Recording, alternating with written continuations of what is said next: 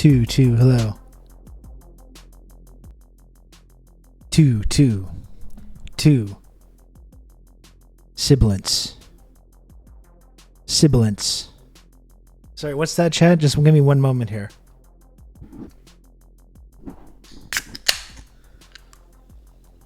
Just give me one moment, sorry. Let's get started here. Before we get started, I'm gonna take a nice sip of ice cold, refreshing DC. There's nothing like it. Chin chin.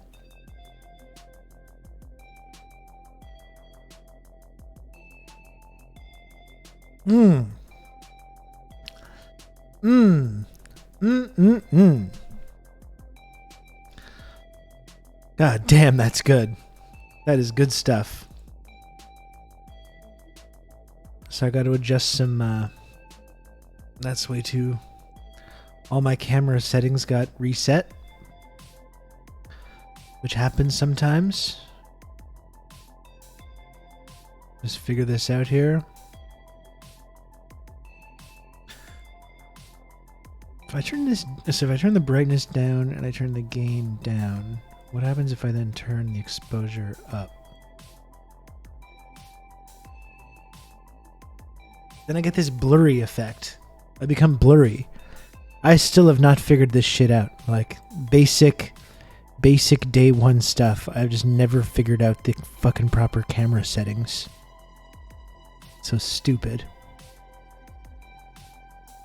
Turn that down a little bit. Turn that up a little bit. I'm going to turn on this light as well. Okay.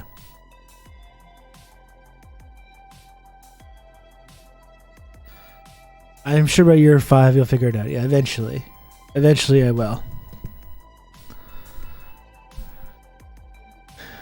By year 5 of streaming, I will have a satisfactory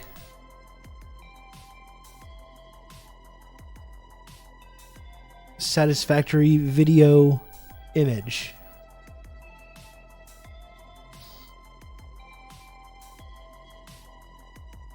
How are you doing, friends? What's up? How are you feeling? It's very humid. I kind of got humidity hair right now. The best part of waking up is Diet Coke in your cup. That's Folgers. Sir, do you know we've switched your regular Folgers with instant coffee crystals? What? You son of a bitch. Remember that, the Chris Farley? Putting on another pot of Diet Coke. It would be great to wake up with a nice brewing pot. A nice pot of DC brewing.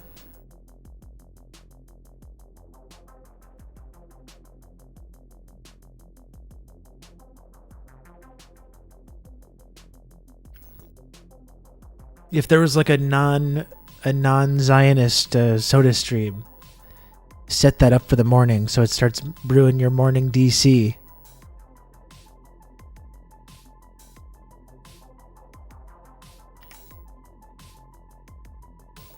Farley sells the anger so well. He really is just such a legend, isn't he?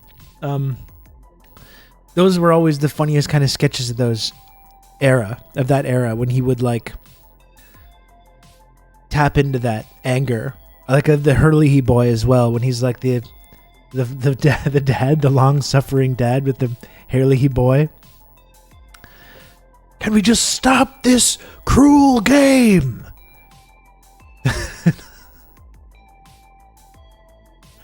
Let him move in with you.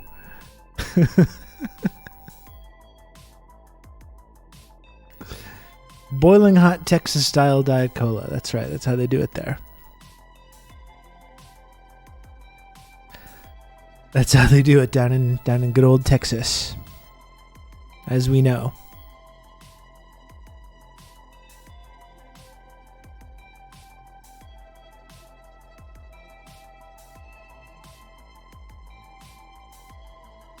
Good morning up the Reds. How's it going? Why hasn't China made their own version of a soda stream yet? That's a good question. I'm sure they have.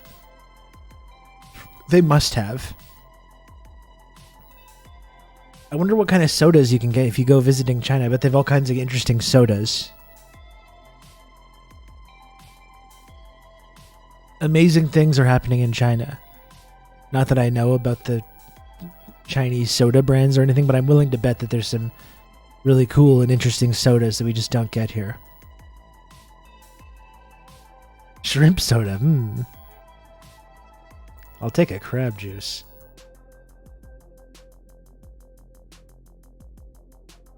You fools getting cancer by drinking Diet Coke. How foolish! Anyway, now to open up my second white Monster Energy drink of the day. I think you drink them slow enough, Marty, that your body absorbs all the carcinogens. I've never seen this slow sipping energy drink method. Me, I want it when it's freezing cold and crisp. You know, the quicker you drink it, the better, and the sooner you feel the effects. This slow sipping method, you know, I respect your right to enjoy whatever beverage you want, in whatever style you like. Not for me, though, personally. You can count on me. You're going to have good old Rob to talk you through all this. Putin is clearly not winning the war in Iraq. Thank you, Ben and PS. And you're right, he's not. He's absolutely not.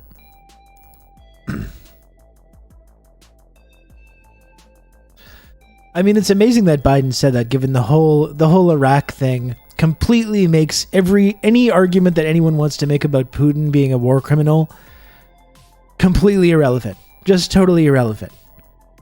No accusations of anything. Not even to say that crimes or horrible things haven't happened under Putin. Of course they have.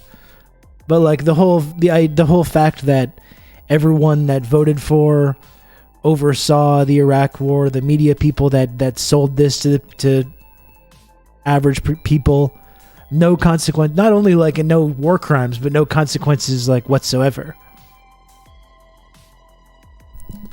Joe almost as responsible as W for Iraq.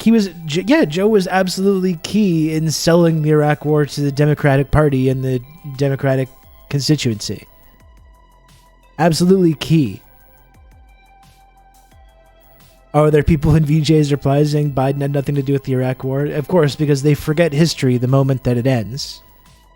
These people have the memories of goldfish.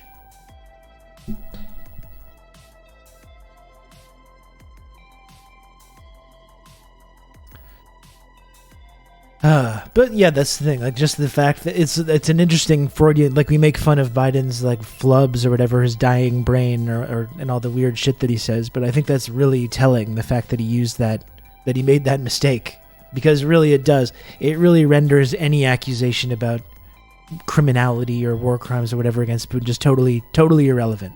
Totally irrelevant.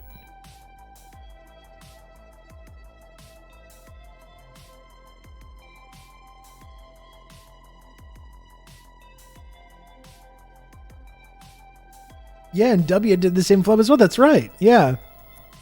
It seems to be on their minds.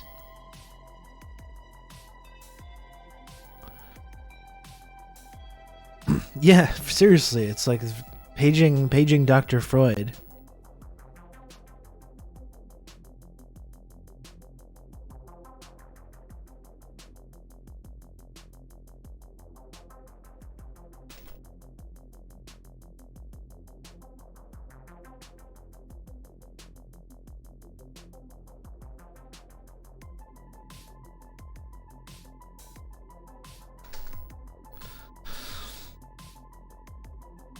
I feel like they're all subconsciously tortured by what they did, and it comes out in these moments. I would like to think so.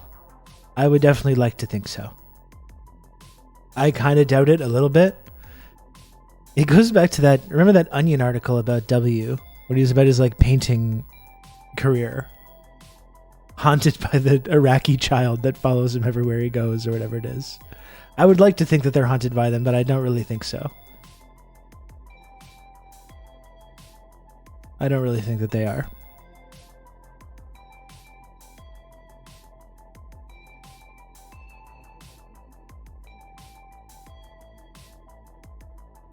On some level, they don't recognize, but then they just have some ice cream and everything's cool. That's right. Everything's fine. They wipe their eyes with their big piles of money.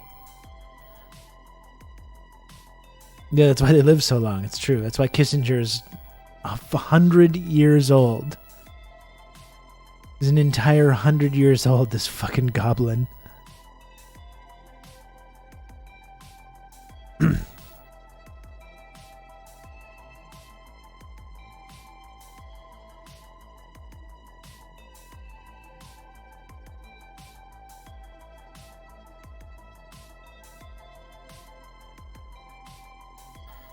Hold on a second.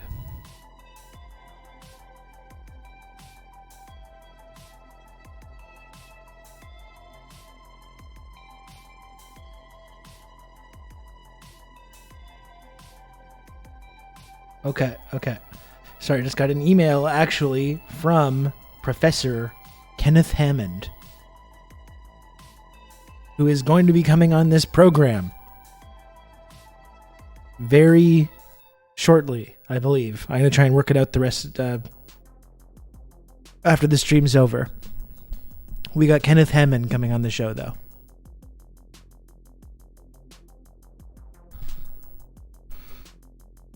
Excuse me.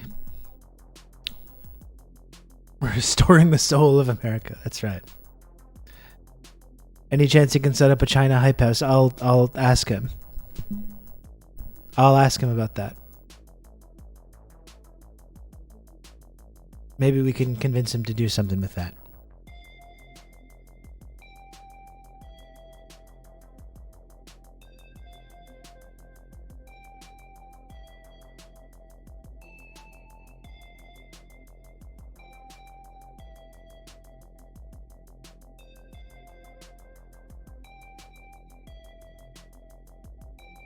How many slubs to show my cursed creation? There's a couple of extremely cursed creations in the Discord server right now that I've seen. There's some pretty wacky stuff on there. I don't even know how many slubs it would take. There's some really fucking disturbing stuff on there, though.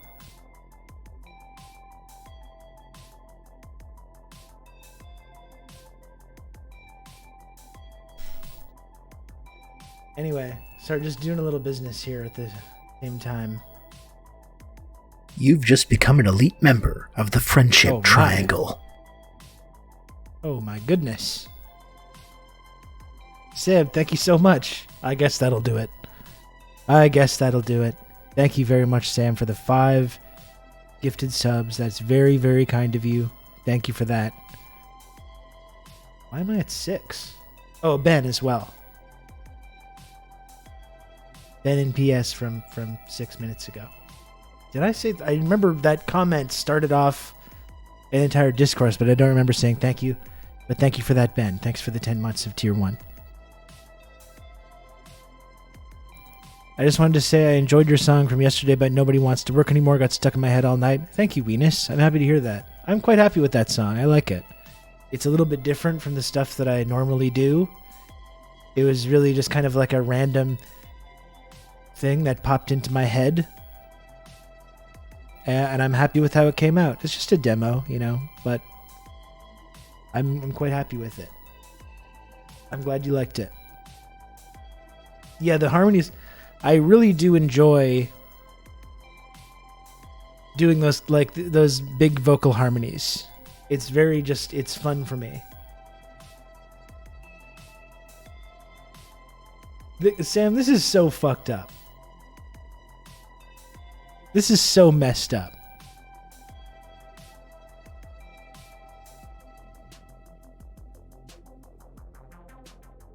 I missed it after spurring its premiere. Well, I don't think I'm going to play it again, but it is on the VOD if anyone wants to see it. It's on the VOD from the end of yesterday. I also left my stream live for 8 hours after reading it last night. Oh no. Oh no, Brian. Where's this image here?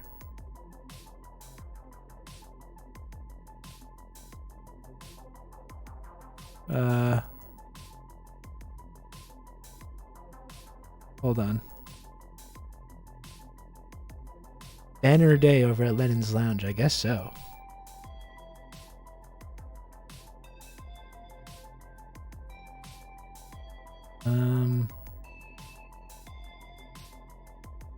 Where is it?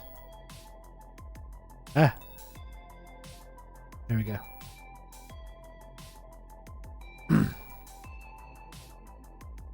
This is messed up.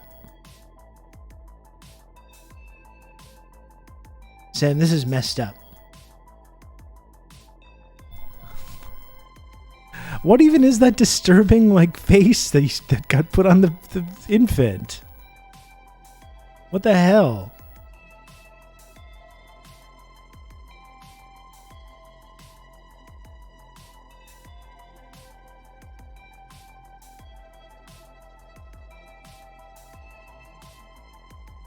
That was a previous cursed creation. God.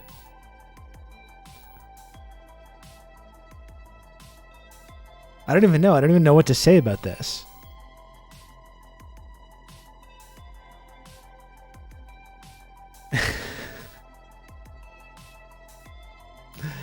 Anyway, yeah, I was happy with how that song came out. It's always kind of interesting for me, this whole like creative process, because like it's really just something that I was just like sitting here and just like started playing in my head. And I really feel that way with music sometimes, where it's not even like, you can say this about any creative process, but it's always been like that with me for music, because I've always got music in my head. And then sometimes things just start playing in my head that I've never actually don't know if I've heard before. And it's like, I just have to try and take that thing that just appeared in my mind and then capture it. And it's really almost like the whole, sometimes the artistic process is just having your brain tuned to this certain like the thing that you're not creating the thing. You're grabbing a strand of this thing from like the spirit world where it already exists. Your brain is tuned into this wavelength and you're pulling something out of the ether that already exists and you're just trying to like bring it into the real world. You know, that's sometimes how it feels like for me, especially when it comes to music.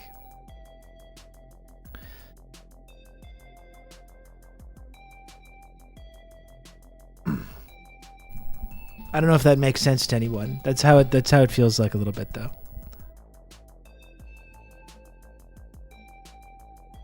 But I was happy with that one. I'm glad people liked it.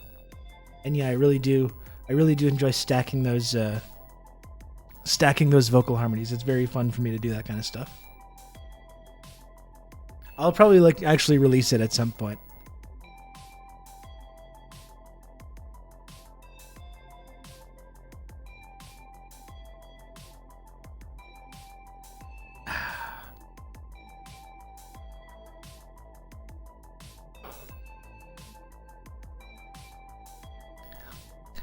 It's the supreme Soviet leader of the Soviet Hot Dog Union. It's just bizarre. It's just bizarre shit to get sent. I don't know. I don't know what's up with some of you. Some of you, I love all of you in this community, but some of you are a little weird, okay? Some of you are a bit kind of weirdos. I'm sorry to say. Not me, though. Not me. The Diet Coke's a new edition, Marty. It's a new edition after today. Dog, I have so many unaddressed problems.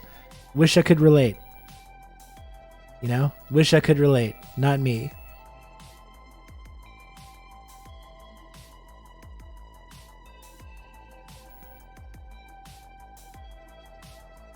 Got all my stuff together. This is what it looks like. This is what a totally mentally stable individual looks like.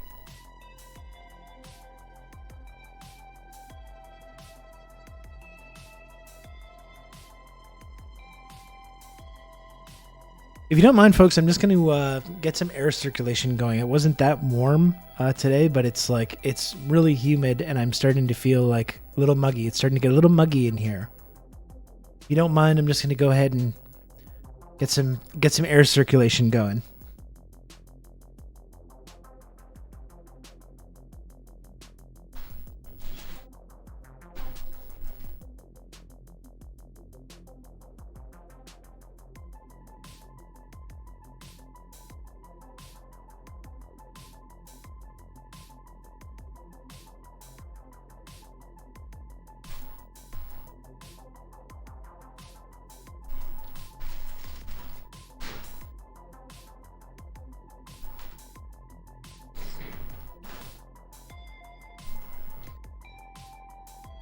It's still smoky up there. It's not so bad. It is not so bad. Like I have been getting some air quality warnings just like on my PC. But over the last couple of days, like it was really bad over the weekend. Over the last couple of days, it hasn't been as much of an issue. And it's been raining as well. It's been raining a lot, which I think is maybe improving it, possibly. I don't know. I think it is. What the fuck is up with this smoke? Yeah, what is this? A Cheech and Chong movie? Premiere? I heard that's the source of you think it's wildfire, but really it's Cheech and Chong. They're up there blazing. Blazing herb. Actually.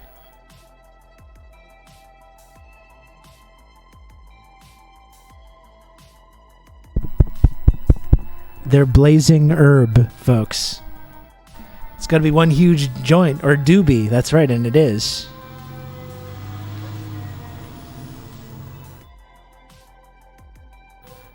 In southern Wisconsin, it's hazy and smoky now. I'm sorry to hear that.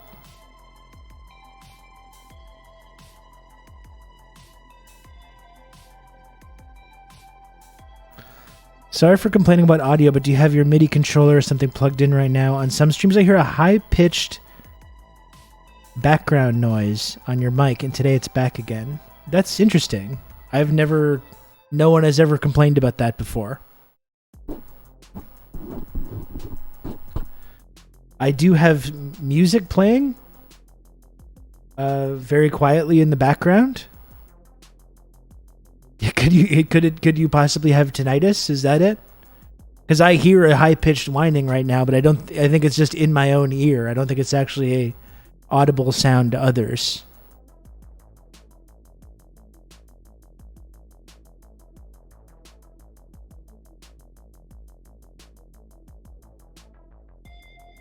You got TRRS syndrome. There's just too much good opinions.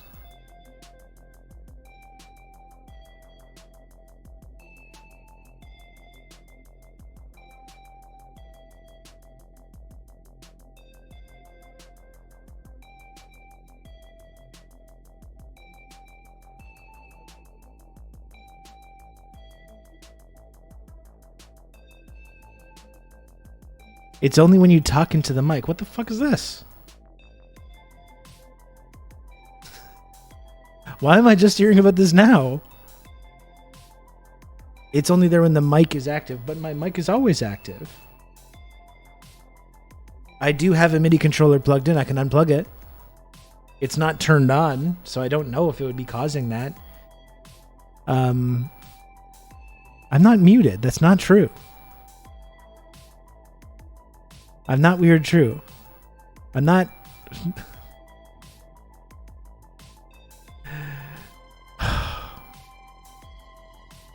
This is a stun lock. I'm totally stun locked now. You said your mic was always live, but that isn't always true. Okay, that is correct.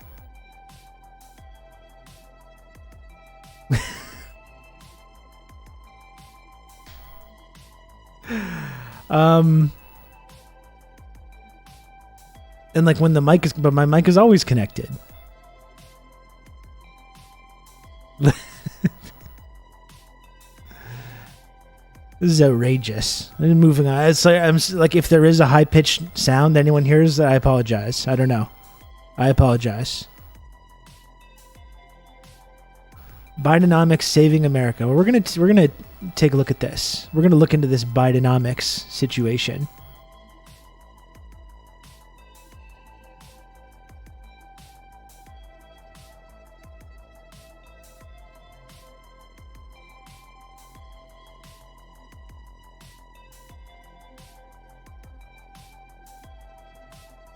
We're going to take a look into this so-called Bidenomics. I don't have any issues with your stunning, booming voice. Okay, that's good. That's good. I don't really have like a crazy lunch or anything today. Again, I was just a little slow getting started. As I think it's, am I even slow getting started anymore, or is just the normal speed that I look at, that I work with? you know?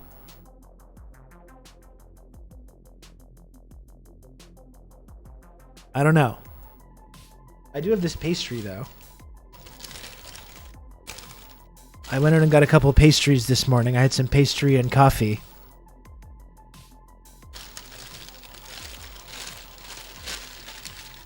Check this out. What do you think about this?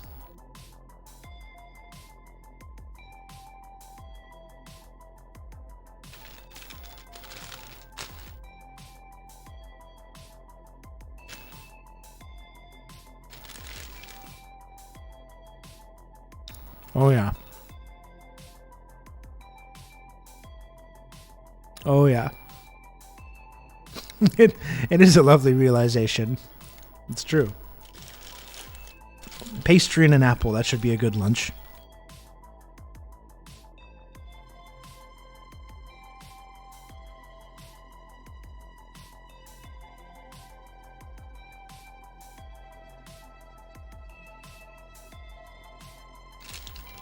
That's very tasty. What flavor? It's like it's blueberry, and there's some like custard. I think sometimes I like take for granted the fact that I live in a city that has some of the very best pastries you can get on like planet Earth. I think sometimes I take that for granted. I don't appreciate that enough.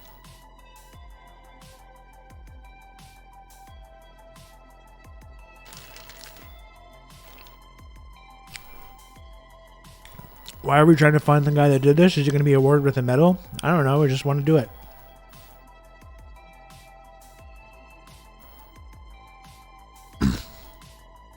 We just want to know who it was.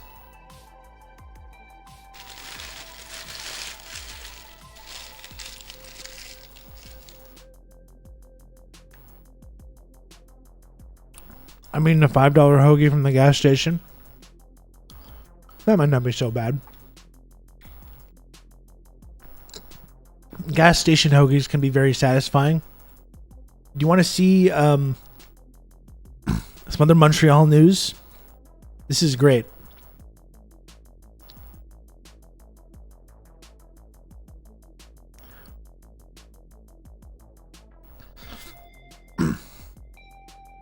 Here's some Montreal news that you may have missed if you don't read much about what's going on in Montreal. Des chasseurs de fantômes accusés d'avoir vandalisé des véhicules de police. Un couple d'enquêteurs en phénomènes paranormaux a été accusé lundi de 3 chefs de méfaits en lien avec des véhicules de police vandalisés en mars dernier. Et c'était les deux leurs. So, what happened here is that these like ghost hunters, these Montreal ghost hunters that investigate paranormal activity or paranormal phenomena, what it says in the article, and they got ticketed by the police because they had like spinny lights on their ghost car. La Ghost. That's right. That's the French pronunciation. So they put some spinny lights on their ghost car, and they got ticketed for it because I guess you're not allowed to do that, even though chasing ghosts is probably a more socially valuable career than actual police. I think ghost hunters and paranormal investigators should be allowed to have the spinny lights, you know? Anyway, they got ticketed by police for having spinny flashing lights on their ghost car. So in response, they went allegedly, okay? Allegedly. I don't want to say they did or didn't do anything. They allegedly afterwards went around and popped the tires or slashed the tires of 18 police cars around the city.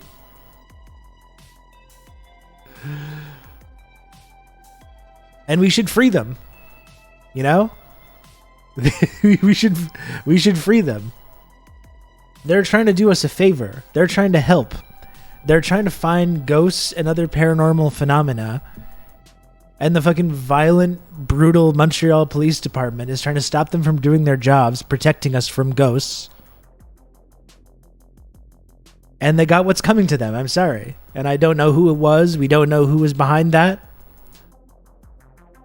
We don't know if it was them or if that's just some accusation. The police are in Big Ghoul's bag. That's right. I think we know who's really pulling the strings of the so-called Montreal Police Department.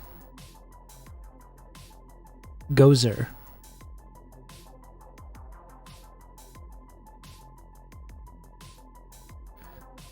Their allied ghost like Slimer must have done it. That's right. The tires were slashed in a police-related incident. Exactly. We don't know. We don't know who did it. Anyway, these are the two heroes here. Danick Goupil, 39 ans, et Sylvie Comtois, 53 ans, ont comparu lundi au palais de justice de Montréal. Les faits qui leur sont reprochés de seraient produits dans la soirée du 8 mars, selon des documents judiciaires dont la presse a obtenu copie, mais qui n'ont pas encore subi l'épreuve des tribunaux. Les suspects auraient alors crevé de pneus de 18 véhicules de patrouille du service de police de la ville de Montréal. They're innocent, okay? Just let them have the spinny lights. I don't know. Let them have the spinny lights. They should be allowed to. Nothing of value is lost.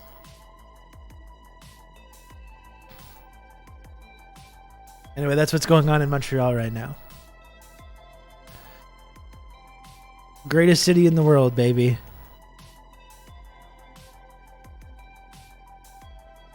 Who are you gonna call? Yeah, not the police. They're not there to help you. They're paid to protect private property and engage in social control. That's why you don't call the police.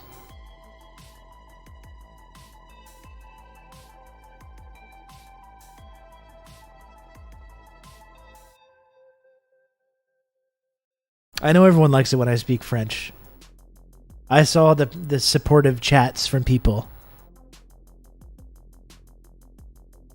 I want a full French Canadian stream now where Rob just puts an accent on the whole time. Yeah. I mean, similar to any other accent that I do, my Quebecois accent is just totally offensive and cartoonish. Similar to my American Southern accent that I do, which I've realized now is just Elvis, but the cartoon version of Elvis. Get my gun. That's just like a cartoon Elvis voice. And when you do the Quebecois voice, là, you just do a voice like this, like you've been fumé des cigarettes pour 60 ans, là. Une pack de cigarettes chaque journée pour 60 ans. Et tu parles comme ça. You talk like this.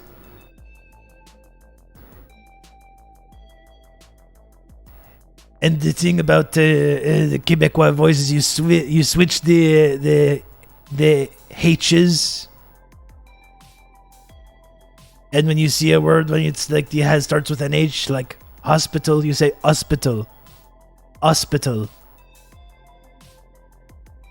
And if you have a word that sounds that starts with an O sound, like orange, you say orange.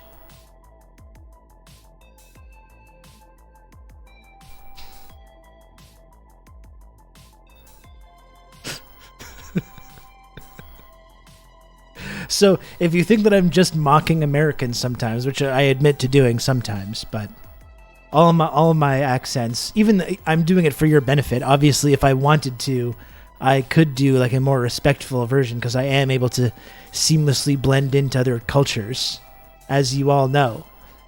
But just as a way to entertain and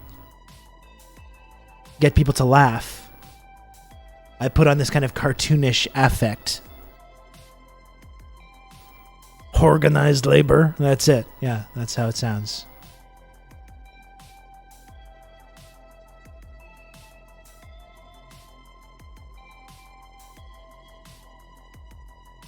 Et pour petit déjeuner aujourd'hui, je vais prendre un Pepsi puis un paquet de cigarettes, là.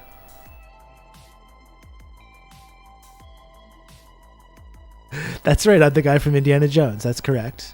He can blend in, disappear. That is one of the funniest things to ever happen in any Steven Spielberg movie. That cut to that speech by Harrison Ford with the smash cut to the guy being all confused. Does anyone speak ancient Greek or whatever? That's so great.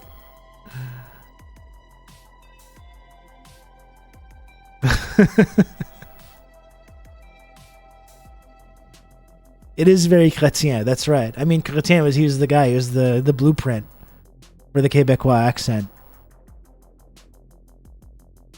I remember like when Chrétien was on his way out as well, and he started this process of like decriminalizing marijuana, like on his way out. And I remember he announced it, and people started like celebrating, and he was just like, "Hey, don't start smoking it yet." I always thought that was funny. He was a nasty guy, but he was definitely a kind of a funny character. Whereas Temple of Doom is not funny at all and is pretty messed up. They realize stick with the Nazis. You know, Amazing Bird Show? I don't want a fantasy book Indiana Jones. Because, like, you know, I was born in 83. And Temple of Doom, despite being very problematic and very racist in places, it still holds a place in my heart. That was the Indiana Jones movie that I saw when I was a kid, you know? And there's a lot to like about it. It's still really enjoyable on a number of levels. And I don't know how useful it is to fantasy book movies from the 80s, but I realized the last time I watched it that there's a fucking great ending that's right there that explains away all the really culturally insensitive stuff and all the racism and gives it kind of this way better message. And, you know, there's that like British guy. There's that British guy at the palace at the beginning that's part of the like Redcoats. He's part of the British Army, the British Raj at that time, who had been in colonizing India for 300 years. I mean, it started as the East India Company, but by that time it was the British Raj. It was like the British government had taken over fully. And I realized there's a great ending there where, you know, the British are on their way out in India. There's this big anti-colonial movement that's like brewing, and then after the end of the war, it's like it culminates in the British finally leaving. And there's a great opportunity to have that actor be revealed as the real villain in the movie. After you keep the whole movie the same, and then you realize in the end that the whole like thuggy cult, the like cartoonish cult with the heart eating and all the fucked up shit that's been going on, it was all an elaborate false flag by the British government, or by this like rogue agent of the British government, to like generate support for continued British rule in India by playing up all these dangerous cults and stuff, you know? So you realize all that shit, it's like it's all just fake, and it is racist, you know, because it's this British racist colonialist mentality version of like what they're trying to protect people from, and the British need to still be in charge of India because of this dangerous cult, you know? You have that in the end. You see that guy being the big bad at the end, and Indy realizing this, and then I think you have a solid ending, and it kind of has a genuine storytelling reason to have all the fucked up, culturally insensitive stuff in there.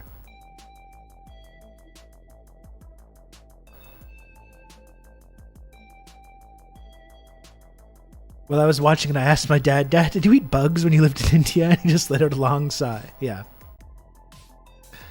I imagine there was a lot of Indian people around the world, and also especially in, you know, America, North America, where these things were popular,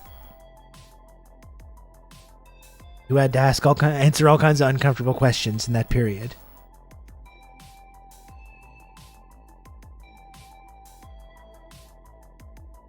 And then all the conservatives will call the entire series woke, and we won't have to deal with them in the fandom. Yeah, well, that's right. I mean, they should call it that already, considering he's fighting Nazis, who now they're always like, why is he just punching these Nazis? Why isn't he debating them in the marketplace of ideas? You know, it's already woke. They should be boycotting it and rejecting it because of that.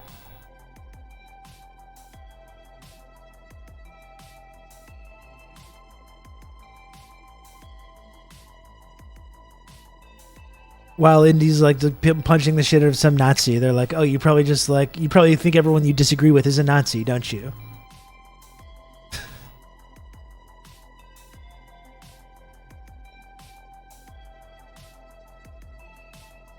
It's crazy. Lucas and Spielberg are like, "Who's as bad as Nazis?" When India threw out the British. Yeah, exactly.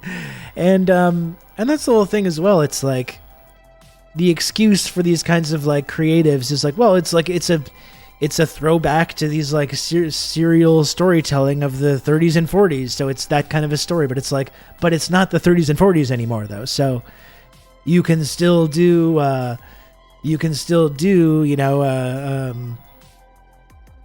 a serial style story, but maybe you can update the racial and gender politics just ever so slightly. How about that? Why don't you do that? You know?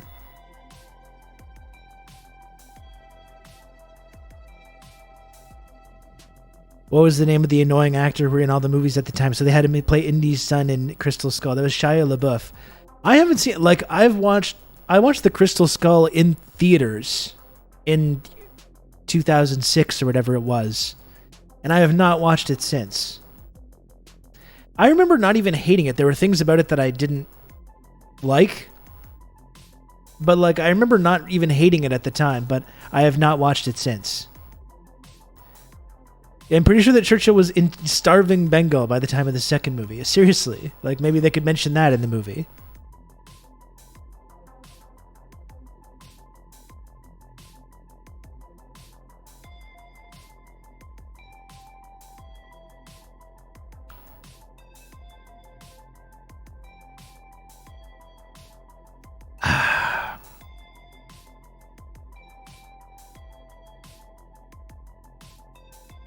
Yeah, I think Shia LaBeouf had some fucked up allegations.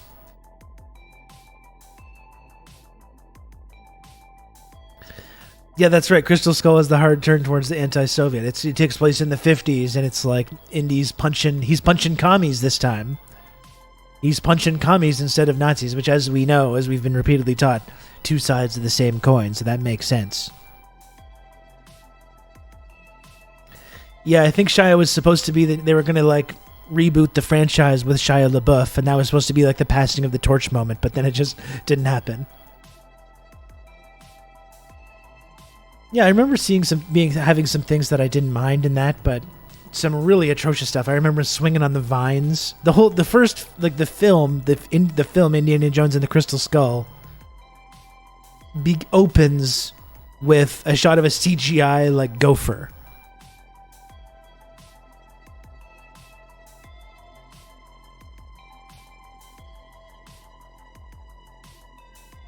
Phoebe Waller-Bridge is the Oswald for this new Indy when it tanks. I'm just a patsy. Yeah. I'm going to go see the new one, actually. I have plans with a friend to go see it. You know, I might as well. I'm going to check it out. I'm not expecting all that much. I just think some of these old franchises, like bringing these old franchises from the 80s into modern filmmaking techniques, it just severs the continuity with the beginning of the first couple films. Because like whatever you say about, you know, the first indie movies, like 1 and 3 are excellent. I enjoy 2, but it's very racist and very fucked up, and you know that really lowers the quality of it. But it looks fantastic, and like the old school filmmaking techniques, the big sets, like there are these amazing sets, huge sets with tons of extras running around. It's all shot on film. Like it looks it's Spielberg. It looks fantastic. And then you bring these characters and this kind of aesthetic into this modern filmmaking world with green screen and CGI, and it just doesn't look the same. It just looks like shit. It just looks like shit. You know? It's just not the same. Making a movie, get a fucking camera and go out into an actual location or build a big set and have actual human beings and actual backgrounds and objects and things that they can interact with, you know?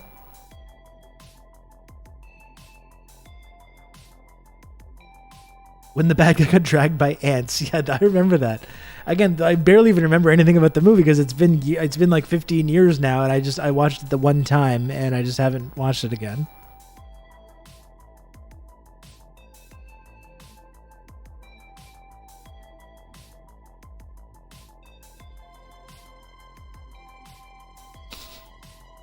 That's right. The ants. That was Spielberg, too. There's no excuse when you're fucking Spielberg. He totally phoned that in.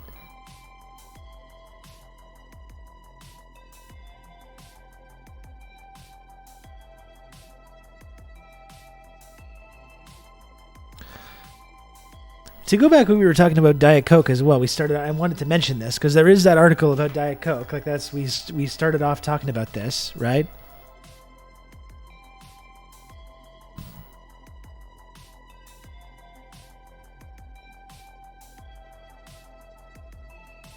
So this is this. First of all, what's this leading global health body, quote unquote, the leading global health body, claiming that it's a possible carcinogen? As Muhammad here points out, look at how healthy this man is. Muhammad, he's in great shape. And I trust his opinion on these kind of things. Previously put working overnight and consuming red meat into its probably cancer-causing class, and using mobile phones as possibly cancer-causing, similar to aspartame. No study has ever, folks, directly linked aspartame to causing cancer. Decades of studies.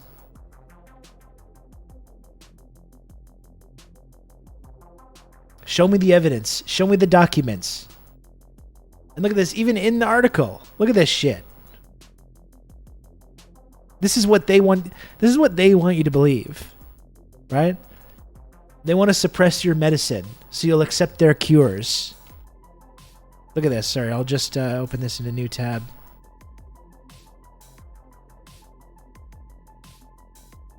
Since 1981, JECFA has said aspartame is safe to consume within accepted daily limits.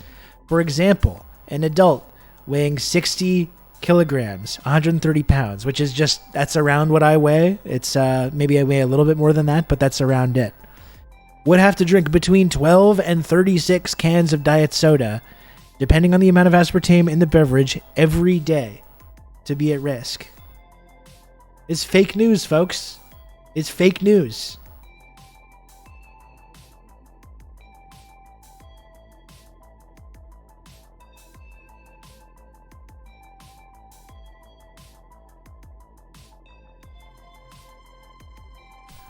You know what substance has been proved to be linked to all kinds of health issues like obesity and diabetes and cancer and a whole number of other major health issues? Sugar. That's been proven. It's been proven by countless studies that sugar causes all these major consequences. Aspartame, nothing. No studies.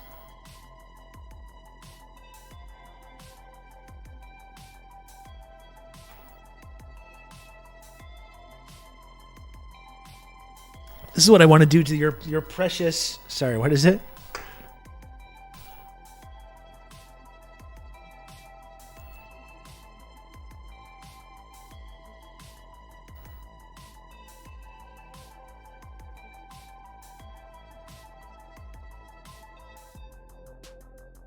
Fuck off.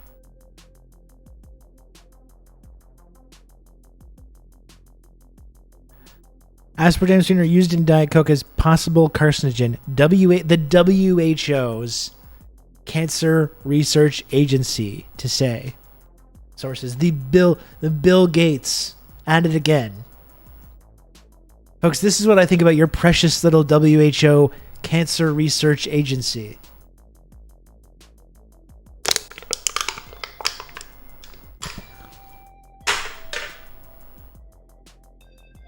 You can count on me. You're going to have good old Rob to talk you through all this.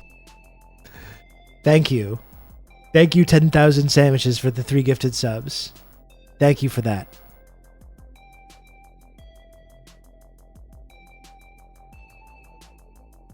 For crushing the can. Thank you. Thank you for rewarding me for my passion.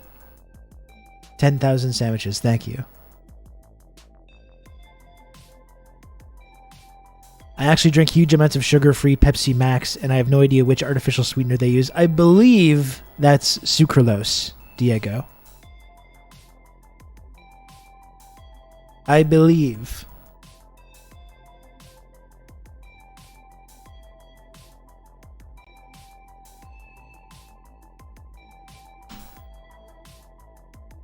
Just drink water? Well, I drink water as well.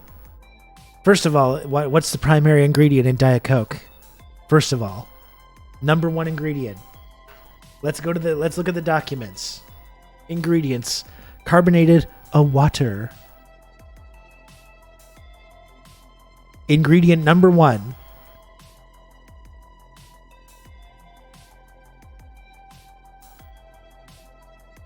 And I do drink water. I've been very hydrated. I drink a lot of water, okay? I've been filling up my big, 2-liter water thing, and I drink almost the entire thing every single day. I'll go check one of the empty bottles, and if you're right, I thank you, and I will reward you. Okay, thank you, Diego. I'm pretty sure. I know my beverages, okay? I know my beverages.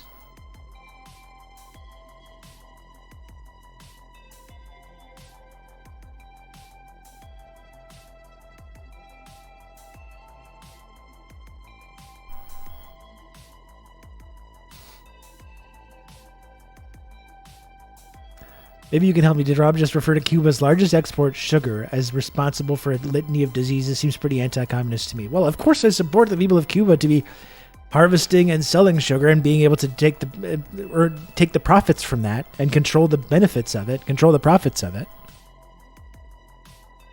Obviously. It's not like I don't eat sugar or ingest it sometimes. It's in all our food. I'm simply pointing out the discrepancy. I'm pointing out the discrepancy in the way that we talk about these things, all right? Pepsi Max uses aspartame. Oh, shit, Diego, I'm sorry. I apparently don't know my beverages that well. That must be like a Scandinavian thing. I got all my medical advice from this man. Thank you, Mac at work. Look at this face. Doesn't this look like a face that you can trust when it comes to medical issues?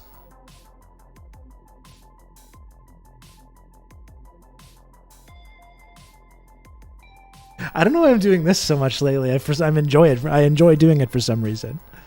I don't know.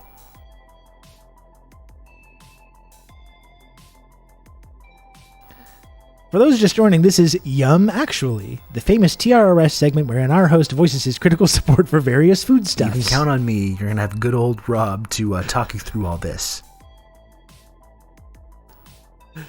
Hey, thank you, Diego, for the 2 gifted subs. I was incorrect about the aspartame content of your beloved Pepsi Max, and you still came through with 2 gifted subs. Thank you, Diego. Thank you for all the support.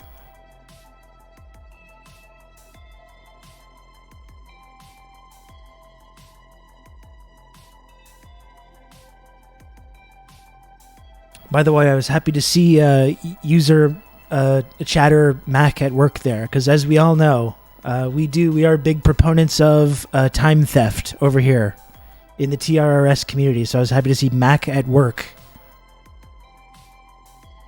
That's how you do it. That's how it's done when you're at work and you tune into this program. I support that. Time theft and just theft as well. Just regular ass theft as well. That is also good.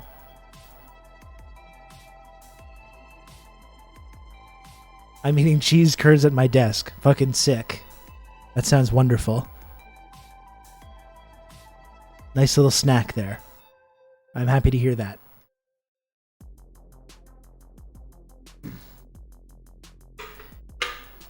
In fact, too many people in this community have not been tuning as much because they have jobs and careers. And I find that kind of interesting, actually. And disappointing. Let's be real here. Let's be real. I'm not happy about it. I don't want to mince my words here. Johnny, that doesn't account. That doesn't apply to you because I'm pretty sure you're driving right now. Speaking of carcinogens in the things you drink, look at what I just posted in general in the Discord. Okay.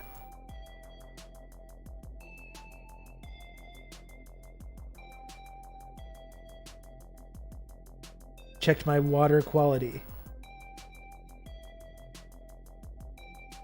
in your town. Well, we got some aluminum, we got some barium, we got some bromoform, got some chlorate, some chromium, fluoride. Oh shit. You're getting that fluoride stare.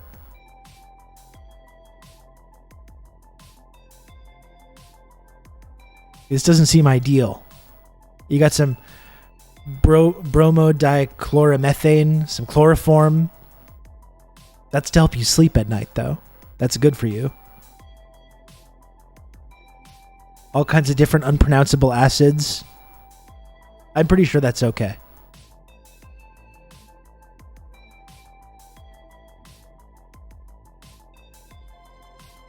I'm pretty sure that's fine. Carcinogens in the Coke. I'm sorry I'm late. What's the takes? The takes is it's fake news. Fake news, all right? It's fine to drink. It's in fact healthy for you to drink Diet Coke. There's nothing wrong with it. You know, maybe don't have like 20 every single day. You know, if you want me to give you some health advice, maybe don't drink 20 Diet Cokes a day. You have like 2, 3, 4, 5 per day. You're okay. No problem. Don't worry about it. Don't worry about it.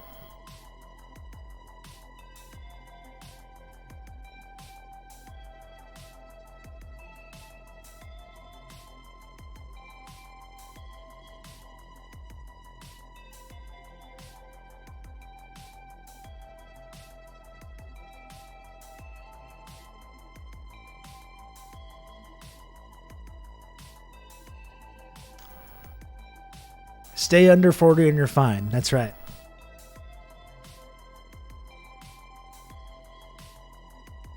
You're okay. And anyway, like, even if it wasn't, like, what are you going to do? You're going to let some woke scientist tell you how to live your life? Really? Oh, I'm sorry, Mr. Scientist. I'll stop drinking my preferred beverage. Oh, don't get mad at me. That's what you sound like to me.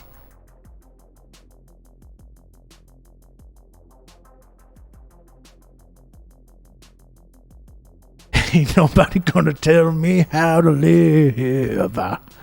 That's right. We don't play that. This really is a cursed image. Like, this is one of the most cursed images. There's just so much going on to look at. The plastic in my body doesn't mix well with water. That's right. When you drink too much water, all the microplastics in your body start releasing all kinds of toxins.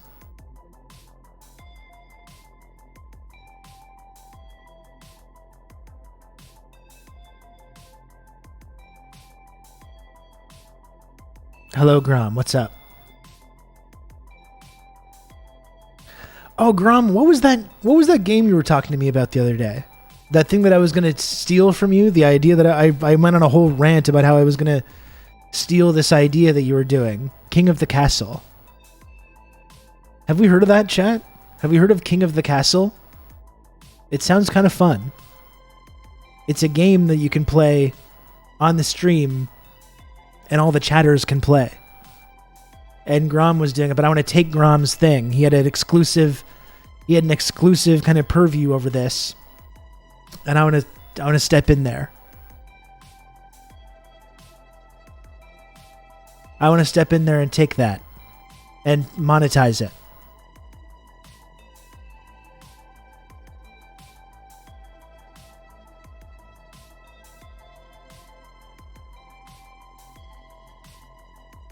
Grammatize it, you might even say. Stepping on small streamers to further himself. That's right. That's exactly what I'm doing. That's how you have to get ahead in this world, I'm sorry to say. You know? It might be ugly to admit, but you want to get to the top. You got to step over people that are in your way.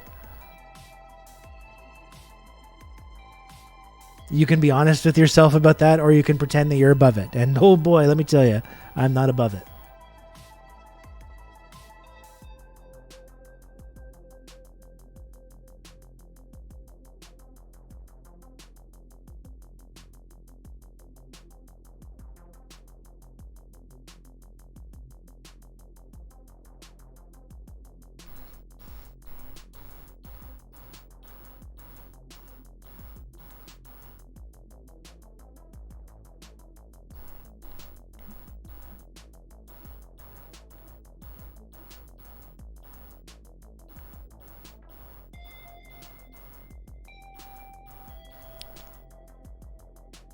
Chat, would you be interested in King of the this? Castle. If you're not familiar with what the this long and is. short of it is a multiplayer game that you can play with at least 3 people and up to as many. Really, though, it's okay to eat what you like. Being very health conscious isn't enjoyable or all that helpful.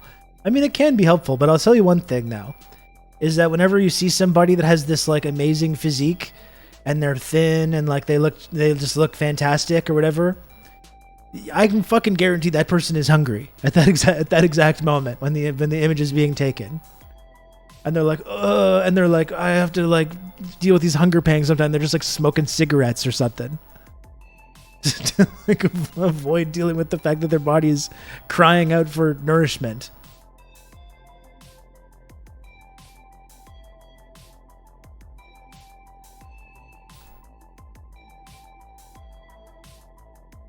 Oh, shit.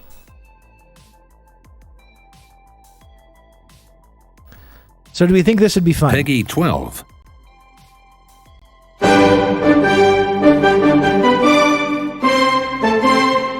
Yes! What could go wrong when telling these Ice Warriors I'm their king?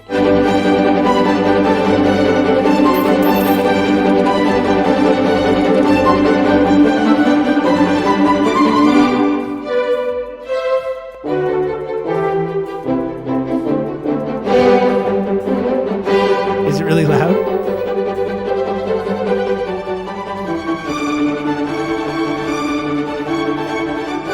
Sorry, I did not realize it was so loud.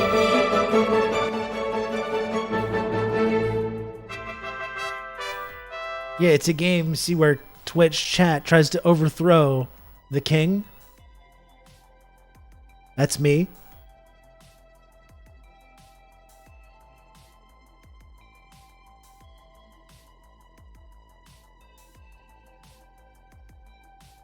So I'm sure some of the weird freaks on here might be interested in doing that. Well, maybe that's something we can do. Maybe not today, I don't know. Not today, but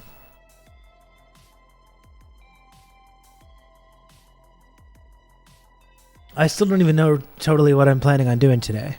The hard thing with this like quicker schedule is that I just don't quite have enough time. Like, there's a whole breakthrough news video on the Wagner Group Russia thing, which seems really good, but it's just really hard to know if I would even have the time to look at it.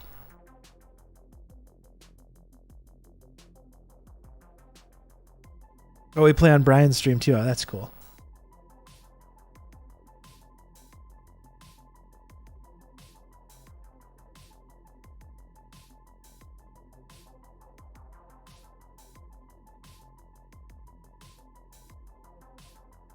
A game takes roughly 3 hours. Okay, well then maybe that's not for today then.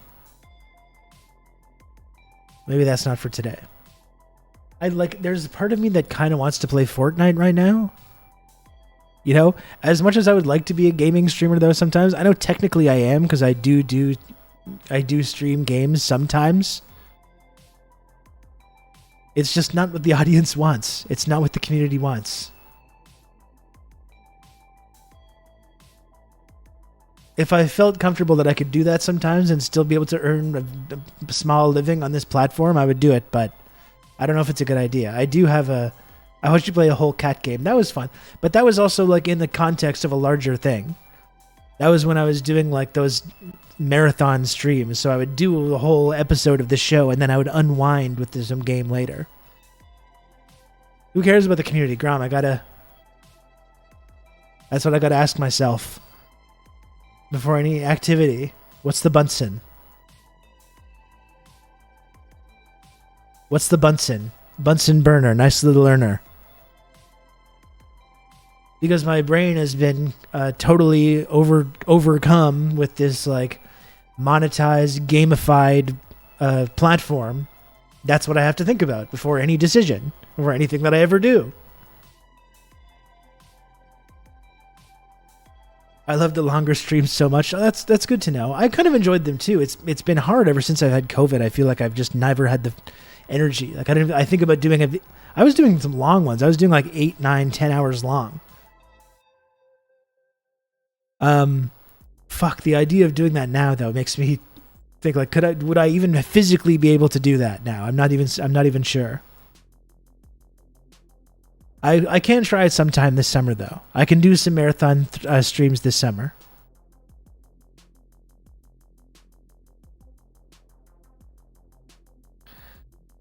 We were all looking for the hot Rob that did this, exactly. DJ Mule played Elden Ring and it was really cool, but didn't keep up because his numbers weren't high enough. Yeah, it's basically when I do gaming, I've got to do an episode of this show, and then like later, afterwards, do some gaming just as like a little side thing for the real hardcore Rob heads. All the real hardcore Rob heads out there have a little something else. Because I started doing Cyberpunk 2077, and I like that, and I got to get back into that.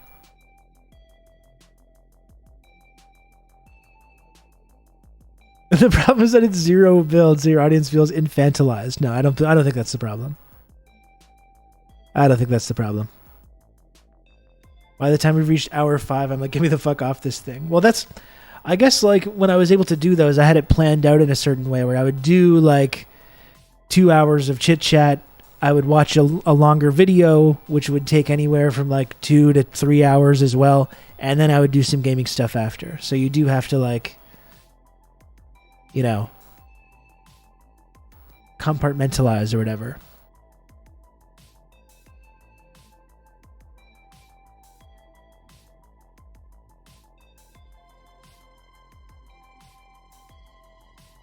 Let me just go put this can away. I crushed that can earlier to make you laugh, and it like getting Coke droplets all over the place. Let me just go throw this away.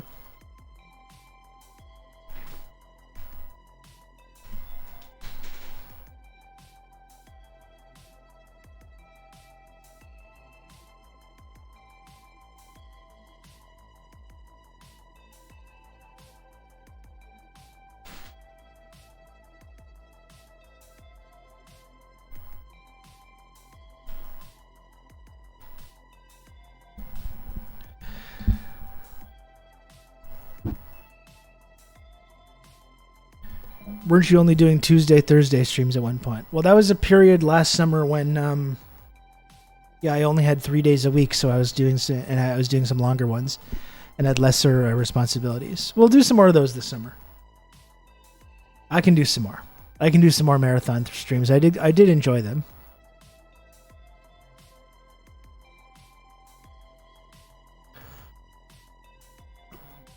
We can look at this Bidenomics thing. I think that was what I put for the title. Bidenomics. Everyone's talking about Bidenomics, folks. Everyone's talking about it.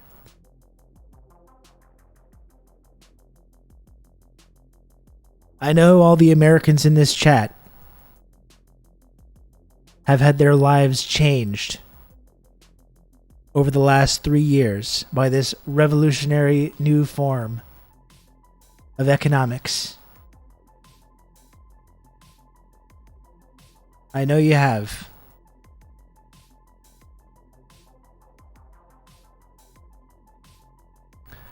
Here we go.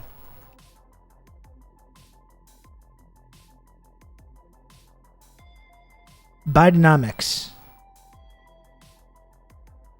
Bidenomics is about growing the economy from the middle out and the bottom up, not the top down. It's an economic vision where we make smart investments in America, educate and empower American workers, and promote competition to lower costs and help small businesses. Doesn't that sound fucking revolutionary? Doesn't that sound like the exact kind of radical thinking that the U.S. government needs and that the U.S. economy needs? This kind of big ideas, big, bold, progressive vision. Where are you reading this from? This is from President Biden's official Twitter account. This is their new thing.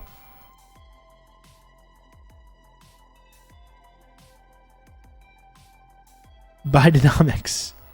And this is so funny too. The GOP responds. Top response is doing they do the thing for socialism, the definition. A theory or system of social organization that advocates the ownership and control of the means of production and distribution, capital, land, by the community as a whole, usually through a centralized government. And it's just hilarious as much as like neoliberal Joe Biden through his whole career has, completely enthusiastically participated in the deindustrialization of America. NAFTA, all these trade deals that absolutely decimated the American working class. And just doing these kinds of like sensible, moderate solutions is still, still gets accused of doing socialism by conservatives who don't buy any of the rhetoric about, helping small businesses and stuff.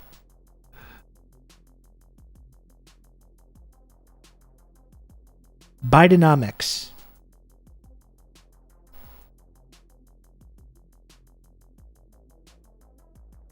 And here's the question, too. It's like they're announcing this thing. Folks, this is Bidenomics, folks.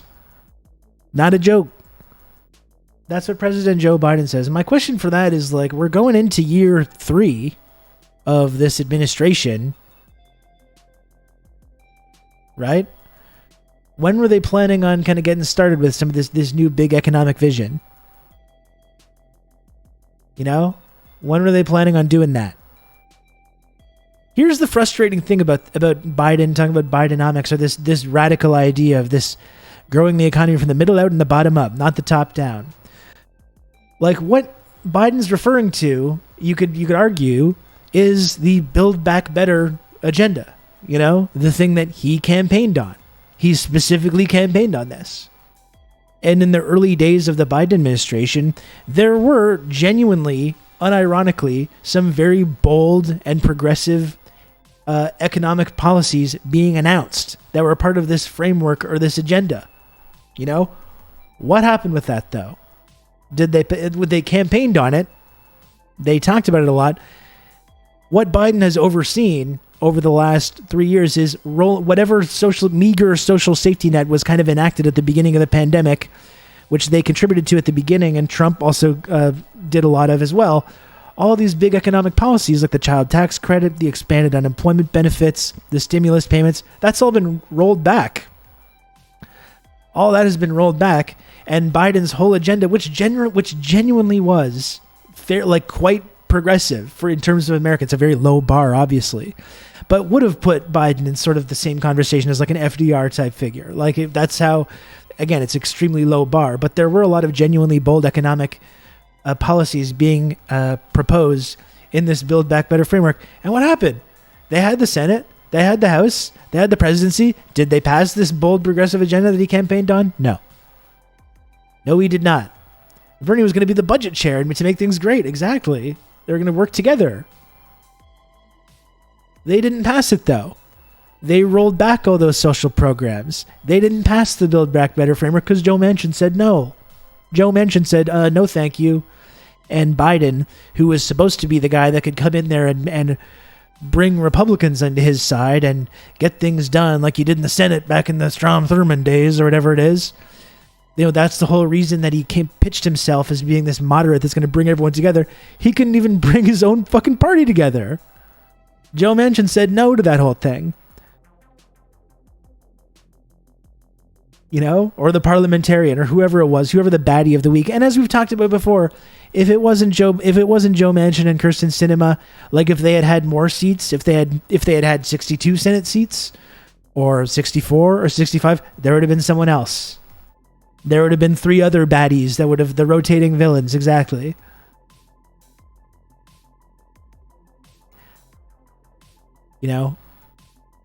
As we know, 52, 53 senators. As we know, Obama had 59 senators, and it was the same thing. 59 senators, which will never happen again in the foreseeable future. 59 senators. We just can't do it. We just can't do what we want to do because we only got 59 votes in this incredibly unbalanced, undemocratic, completely fake bullshit system. Somehow we've still managed to get 59 senators, and it's just still not enough. So, of course, the 50 senators wasn't enough for Biden to pass his agenda, nor would 52 or 53 or 55 or 57 or 59. And even if they had 62 senators, guess what? There would still be people saying, no, sorry, can't do it. You know? So this is what I don't get about this announcement now that Biden's talking about with Bidenomics. It's this whole it's this beginning of this pitch. You're going to have good old Rob to talk you through all this. It was a 63-senator plan, folks. Thank you, Pac-Man Trinity, for the 11 months tier 1. Exactly. Yeah, just 2 more senators, bro. Yeah, you just got to vote for the Dems one more time. Just 2 more senators. Then we're going to do all the things. We're going to do all that good stuff that we always say we want to do. We're so close. We just need 2 more senators. To me, this is campaign ad bullshit. Well, that's the thing. This is the opening pitch that Biden's making about why you need to go and vote blue in the coming election. We get enough senators, we're going to implement this Bidenomics plan. But as anyone should know, no, they're not going to be doing that. No, they will not be. It is the same thing every cycle. I think there's actually a video too.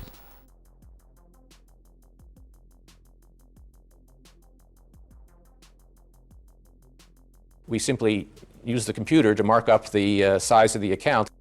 We can't unanimously pass a bill. That would be authoritative toward the Republicans. Democrats upon capturing every branch. That's right. That's right. Thank you, Dimitri, for the 200 franc coin. No, we can. It's like mean to enact our agenda that we campaigned on. Are you kidding me?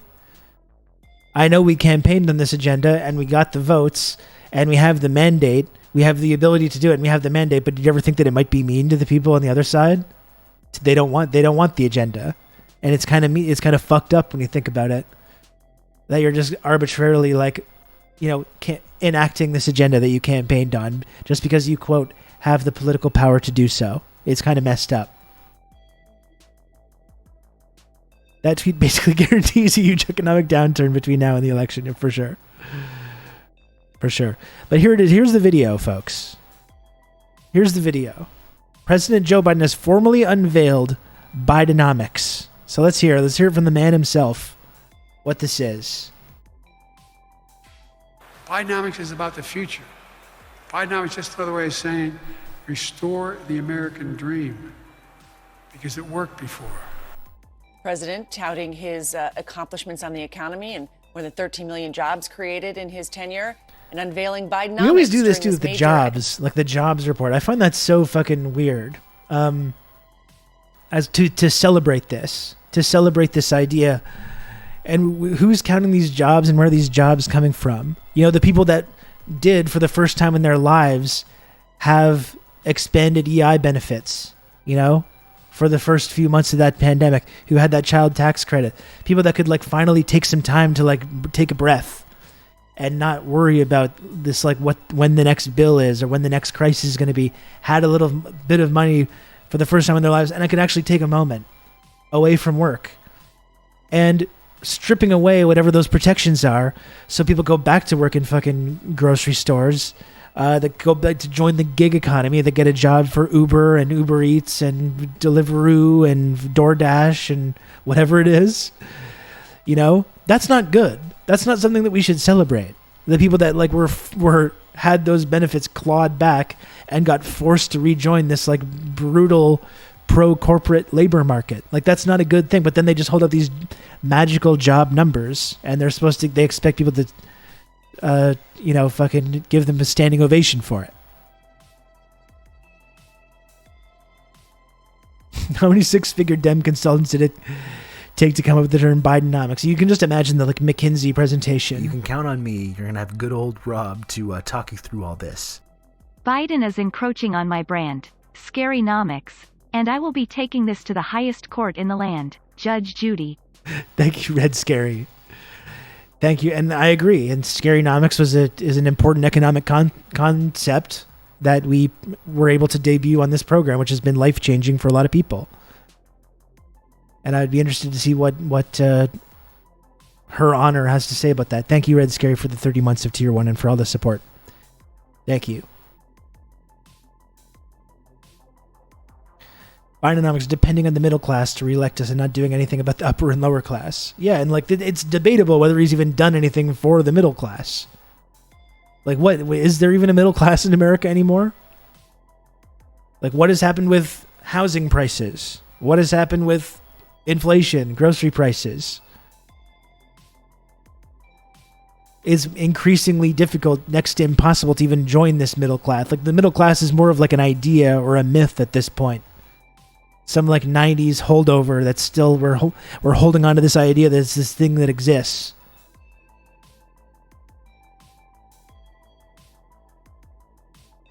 It's Reaganomics redux. Well, the thing is, he explicitly says, though, we're this trickle-down system hasn't worked, so we got to go against that. But like, what's he actually doing? Is like, when he talks about that, this trickle-down economics hasn't worked, well, is he raising taxes on the wealthiest people? You can count on me. You're going to have good old Rob to talk you through all this. Hi, Rob. Hi, chat. Hello, Squatch. Thank you so much. 27 months of tier 2 from Squatch Drew. Squatch, I appreciate you. Thank you. When you see the term middle class, just read small business owners. Yeah, and he explicitly references that.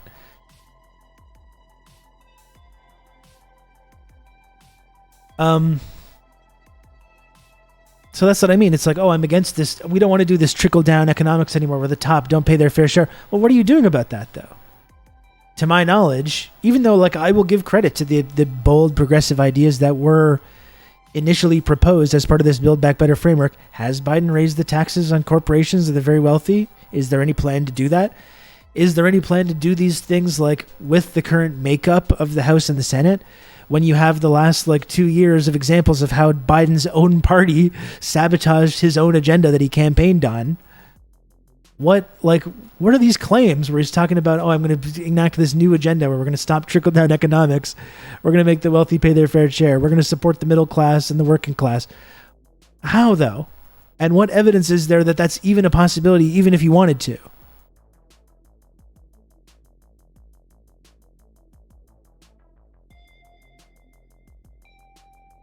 Let's hear some more from this guy.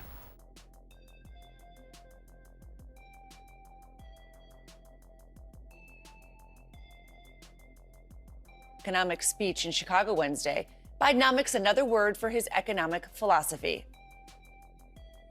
Bidenomics is about building an economy from the middle out and the bottom up, not the top down. And there are 3 fundamental changes that we decided to make with help of the Congress. We've been able to do it. First, making smart investments in America. Second, educating and empowering American workers to grow the middle class. And third, promoting competition to lower costs to help small businesses. This is really exciting, radical stuff. This is the kind of thing that's going to get people fired up. Didn't Bidenomics start as a right-wing meme to describe the inflation crisis? Well, this is, you see the whatever fucking dumb neoliberal consultancy firm that pitched the whole thing of we're going to embrace the Brandon thing. We're going to embrace the Brandon thing, which all these irony bros also contributed to. And then he's doing dark Brandon, putting on the sunglasses at the White House Correspondents' Dinner and that kind of stuff. Educating workers. Good luck to the rest of you. Well, have you ever heard of a little thing called a skills wallet? Have you ever heard about that? We're growing the middle class. Again, this is the kind of really bold, forward-thinking things that gets people really fired up to vote for the Democratic Party.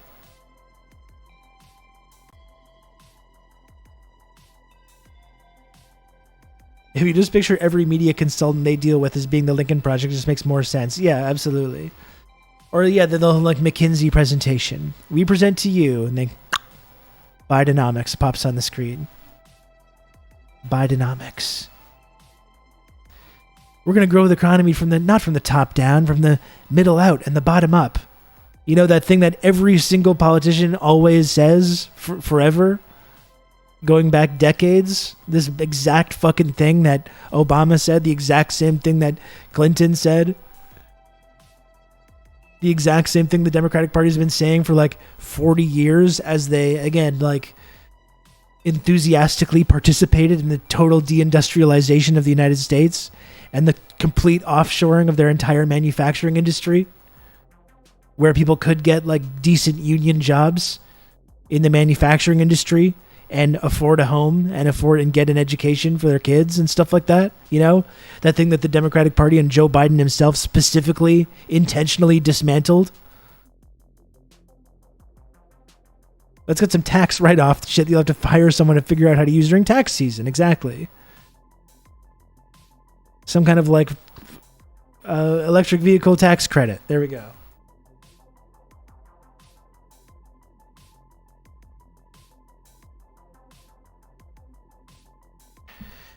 Have you seen today's geopolitical economy report? It basically confirms that corporate profits are driving inflation. That seems really interesting. I only have about another 45 minutes to go.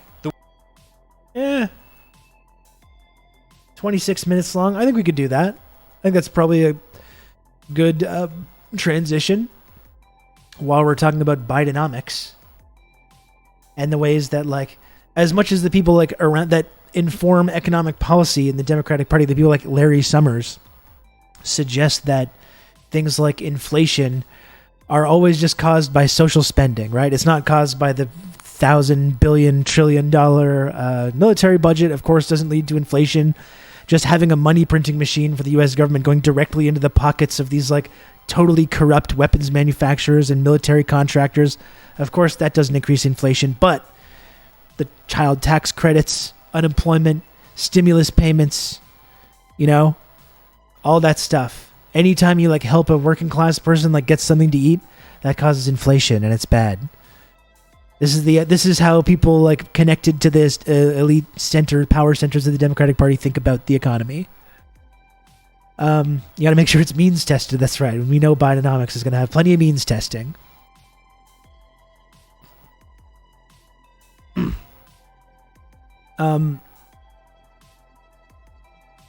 So yeah, as much as that kind of style of thinking has infected like everyone that's around these in these circles when it comes to inflation, I am interested to hear Ben Norton at the Geopolitical Economy Report talk about how it's been proven that corporate profits, all these places are making record profits. It's like there's a direct link. People are like, well, the prices at grocery stores are just so high right now. And then you look at, wouldn't you know it? The very small number of people that own and control these grocery stores are just doing phenomenally well right now. They're just raking in cash hand over fist.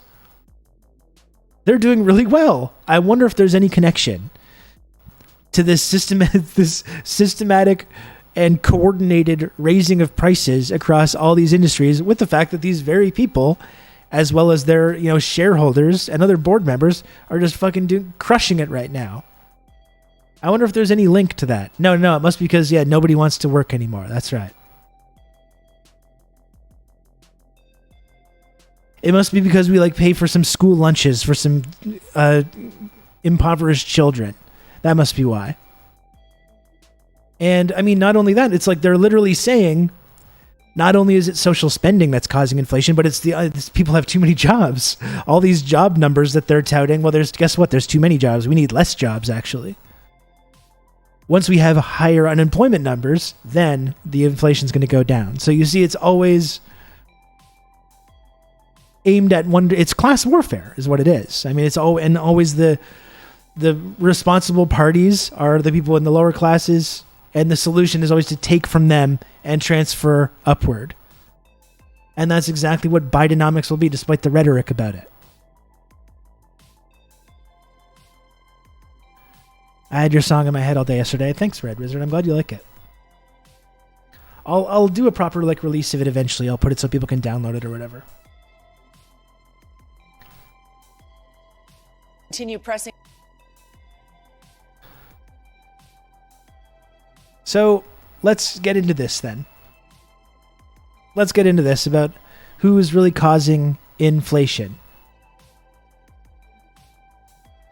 What the cause of it is and what the solution is. The answer may surprise you. The world has faced an inflation crisis over the past 2 years, and many mainstream economists have blamed that inflation on wages, claiming that workers are getting paid too much money. However, whenever I'm talking to anyone like a working class person in the United States, that's what they're always telling me. You know what? I'm just doing too well right now. I'm just doing too well. That's what everyone's saying.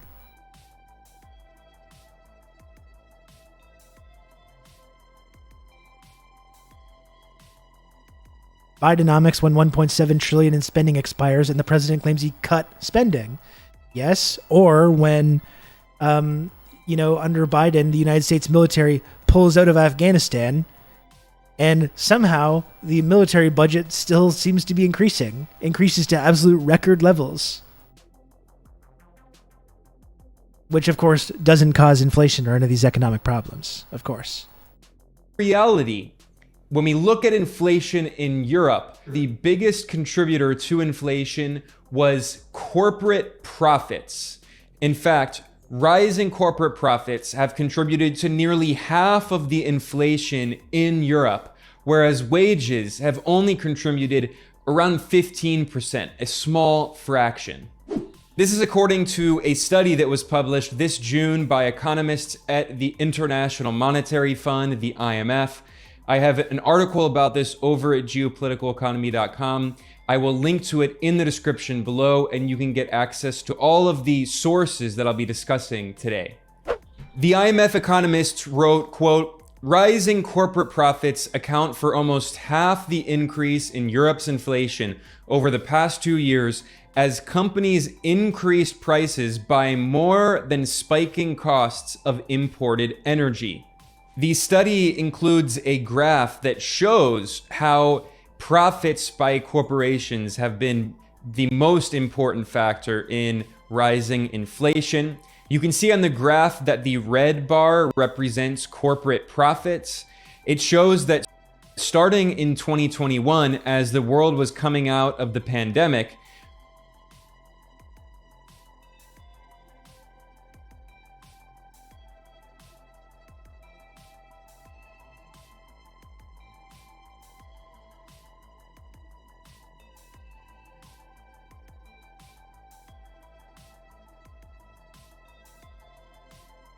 God damn it. God damn it. I'm eating my apple, okay? So first of all, 2021, moving on. 2021. Who was president? As he talks about this process starting to increase, there's 2021 there on the map, on the chart.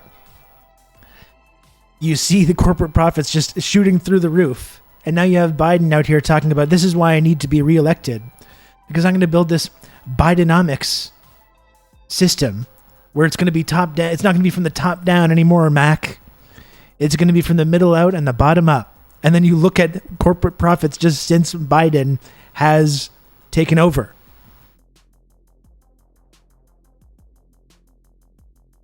The classic apple munching mute. You'd think when I was eating an apple, I'd be more careful about that, but maybe in year fucking 7 of doing this stream, I'll start to get a handle on that. Anyway, the Bidenomics, folks, it's going to be not from the top down anymore. It's going to be from the middle out and the bottom up, Jack. Then you look at the chart just when Biden has taken over. Corporate profits skyrocketed, and they increased much faster than the increase in import prices. Now, why did import prices also increase? Well, first, that was because of the supply chain shocks when the world was coming out of the pandemic. And then in 2022, it was because of the war in Ukraine and the Western sanctions on Russia, which caused a massive increase in oil prices in the global market, considering that Russia is one of the world's leading producers of oil and gas. Great for American Russia had been fracking the companies. largest provider of oil and gas to Europe. And that explains why energy prices skyrocketed in Europe in response to the war in Ukraine and the Western sanctions on Russia. However, the increase in import prices only contributed to 40% of the inflation in Europe, whereas rising corporate profits contributed to 45%. You can see this very clearly in the graph that was published by the IMF economists. And if you also look at the graph, you can see that since 2021, when the world was coming out of the pandemic, labor costs, that's wages, have only represented a small fraction of the inflation. So blaming workers' wages for the rise in inflation is completely absurd, considering it actually only represents around 15%, compared to 45% for corporate profits and 40% for increasing import prices due to supply chain shocks and Western sanctions.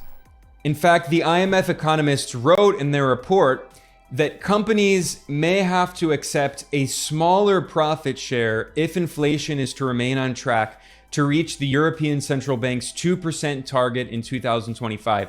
In other words, IMF economists are saying that corporate profits need to go down if Europe wants inflation to go down back to the manageable level of 2%. This is quite shocking and really incredible, considering that for decades, the International Monetary Fund has been a voice for right-wing neoliberal economics, constantly arguing in support of policies that support corporations against the interests of workers. That's how much the Bidenomics program is really doing for the middle class and working class. You've got the IMF being like, maybe we need to pump the brakes on some of this stuff ever so slightly. The fucking IMF. Bureau of International Settlements put out a very similar report earlier this year. Also, this is well known in finance. And as we know, Red Scary is routinely punishes herself by reading the ghoulish Wall Street Journal and all this fucked up shit that these people talk about. So we don't have to.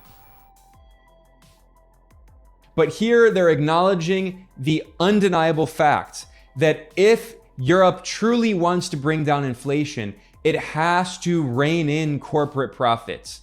This is very important because for the past 2 years now, with the inflation crisis in the West, mainstream neoliberal economists pushing this kind of right-wing free market economics, along with central bank officials in the United States and Europe, have constantly blamed wages, misleadingly, for inflation. Larry Summers, who previously served as the chief economist of the World Bank, the IMF's Bretton Woods sibling, Larry Summers argued that in order to bring down inflation in the United States, it needed to have unemployment rates rise to 6% for 5 years or rise to 10%. That is, he called for millions of workers in the United States to lose their jobs to bring down inflation. Similarly, the Federal Reserve, that is the U.S. Central Bank, has likewise been calling for wages to decrease. The chair of the Fed, Jerome Powell, said at a press conference his goal is to, quote, get wages down. In May 2022, Powell complained, quote, wages are running high, the highest they've run in quite some time. He complained that employment levels were high and, quote, employers are having difficulties filling job openings and wages are rising at the fastest pace in many years. The US Federal Reserve and the European Central Bank have been using the false talking point that wages are supposedly rising too quickly in order to aggressively raise interest rates. And what this has done... The meme of the soldier blocking the knives and weaponry for a child, but it's Red Scare reading Financial Times and translating this shit for us. Seriously. Is it's arbitrarily causing an economic recession. The European Union is already going into an economic recession with major economies like the manufacturing superpower Germany going into a recession. And they're doing this in order to try to bring down wages and increase unemployment.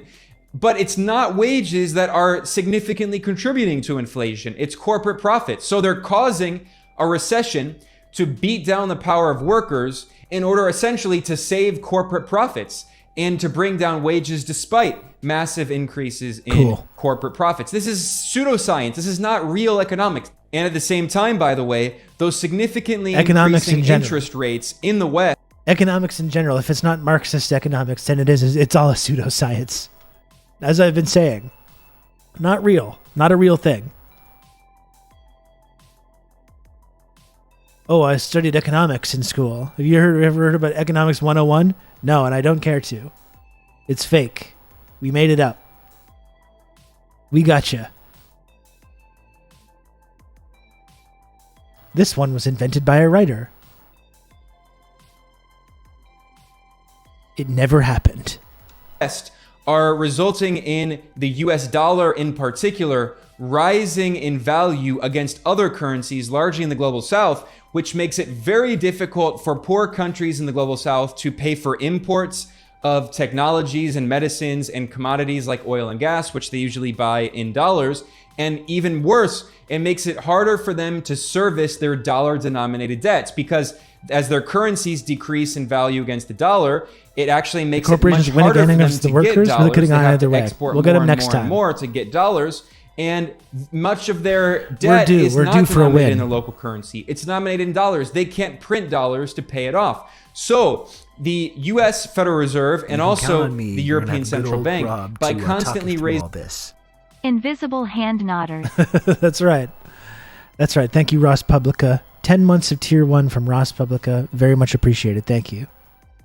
In order to save corporate profits which are higher than they've ever been since perhaps the Gilded Age, it's all coming full circle. They always wanted us to get back to proto-capitalist times at best and serfdom slavery at worst. And also worth pointing out as well, it's like the whole New Deal, which like moved away from that kind of Gilded Age style of economics, and that slowly over a century got chipped away at when they couldn't coup the government. These like business leaders and fascists that wanted to just coup the government over it, they couldn't do that. Well, they did eventually coup the government, of course, in 1963, as we know. And they continued this like process of clawing away the gains that the working class and the middle class had during the New Deal until it was finally given its death sentence in the Reagan era. But that's the reason. Well, if you get this idea, we need a new New Deal, a Green New Deal. This whole idea, that's the whole thing. It's never going to fly because the corporate leaders that control America are not interested in that. You know what? They're not scared. They were scared in the FDR years. They were scared enough that like this, the U.S. government was able to rein them in like this because they didn't want to have a revolution in the United States. They saw what happened to capitalists and the ruling class monarchs in Russia. And they had no fucking interest in having that happen to them. And so the New Deal was kind of a compromise. That's always the thing with the Soviet Union. So when people from the left say, no, the Soviet Union was bad and it wasn't socialist, like the Soviet Union you can thank the Soviet Union for the basic working class benefits that people gained during that New Deal year. Without the Soviet Union, there's no New Deal. Just on that level, the Soviet Union, just in terms of a purely American or Canadian perspective, was hugely valuable. That's why the New Deal passed, though, is because the ruling class of America were actually scared. Do they seem scared now? No. They seem scared of China, but they don't seem scared. They're not scared of their own population. I think they've determined their own population to be just compliant zombies, basically, that will go along with whatever torture or cruelty that they can come up with, without really complaining all that much. And when they do complain, they have this heavily militarized police department who have just total impunity to beat and maim and kill with zero repercussions. You know? They're not scared. They're clearly scared of losing kind of global hegemony, and they're scared of the rise of China and multilateralism and BRICS and all these things, but they're certainly not scared of their own citizens, the people that live in the United States, to actually do something about any of this stuff.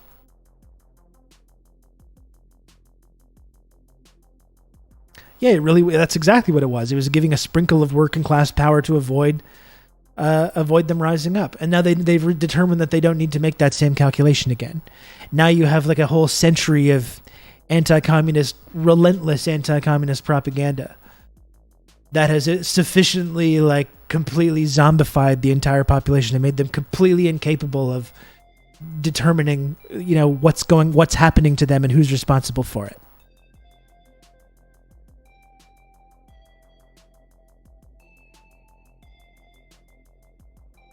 Raising interest rates, they're causing a massive debt crisis in the global south, and they're trying to increase unemployment and bring down wages, and they're not talking about the fact that it's corporate profits that are responsible for the inflation above all other factors. It truly is ludicrous. This is what right-wing neoliberal economists always do. They're essentially waging a class war. They blame everything on workers, They should intervene in monopolization for exactly this reason, rampant inflation, but they will not.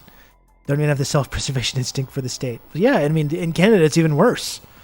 Like like they're even in the States, as much as everything trends toward this monopolization, in Canada, it's even worse. Like our telecoms, our media, all our industries are completely captured by monopolies, or, oligopolies, maybe you might describe them as.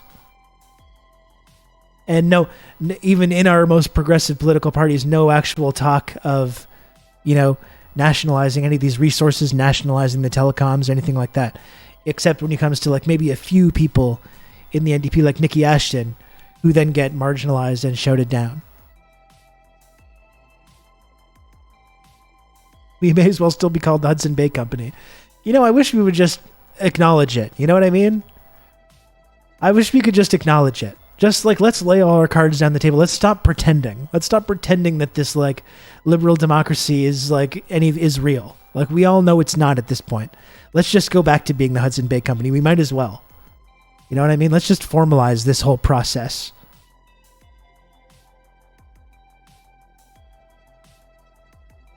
And claim that workers have too much power, their wages are too high. We need to reduce their wages and increase unemployment in order to bring down inflation, never mentioning that corporations are making higher and higher profits. Most mainstream economists have echoed this misleading talking point. However, there have been some honorable exceptions. The political economist Isabella Weber from the University of Massachusetts. Let's be honest, weakening the state and regulatory bodies is top concern for these goals. That is absolutely true. Greenkey says, not about zombie, unable to understand things. The Americans are deeply distrustful of their neighbors. They talked about their government as an alien entities when they're just richer Americans. Yeah. And the people that fetishize the government and fetishize our way of government as well. Also don't acknowledge that these people are just like wealthy lawyer landlords and do not have any way the same class interests of the people that they represent. Who's this creator? Just wanted to give them a follow. It's Ben Norden at the Geopolitical Economy Report. And yeah, I do recommend that everyone subscribes to his content on Amherst YouTube. Has been speaking for years now about her idea of seller's inflation. Now, Isabella Weber was viciously attacked by mainstream neoliberal economists for pointing out that one of the biggest contributors to inflation in the past 2 years was corporate profits. She published an article in The Guardian in late 2021. We spend nearly $1 trillion on military when we're surrounded by price- 2 oceans and 2 allies. Yeah, and the military spending is about enforcing American-led economic hegemony all around the world. It's not about protecting America. It's about protecting those corporate profits. And do those profits actually filter back to the people in the United States whose taxes are funding all this? No, of course not. Controls help fight inflation. She pointed out a critical factor that is driving up prices remains largely overlooked: an explosion in profits. In 2021, U.S. non-financial profit margins have reached levels not seen since the aftermath of the Second World War. This is no coincidence. She added that, quote, large corporations with market power have used supply problems as an opportunity to increase prices and scoop windfall profits. And in fact, if you look at the data from the U.S. This is not your fault, chat. This is not your fault at all. I would really appreciate it, though, if in the future people just reminded me when I start looking at like video content like this that the music is still playing, because I put it on a really low volume and I can't hear it coming out of my headphones here. So I don't realize that it's playing. So just in the it's not your fault. Not blaming you. It's my fault. But in the future, if you notice that my music's playing when I'm trying to watch video content like this, please just let me know. Some people like it, I guess. We like the music, but it's the same theme. It's been playing this whole time. It's been playing the whole time, like 2 hours. When we're watching. And also, sometimes, it sounds like you're blaming us, well, maybe a little bit.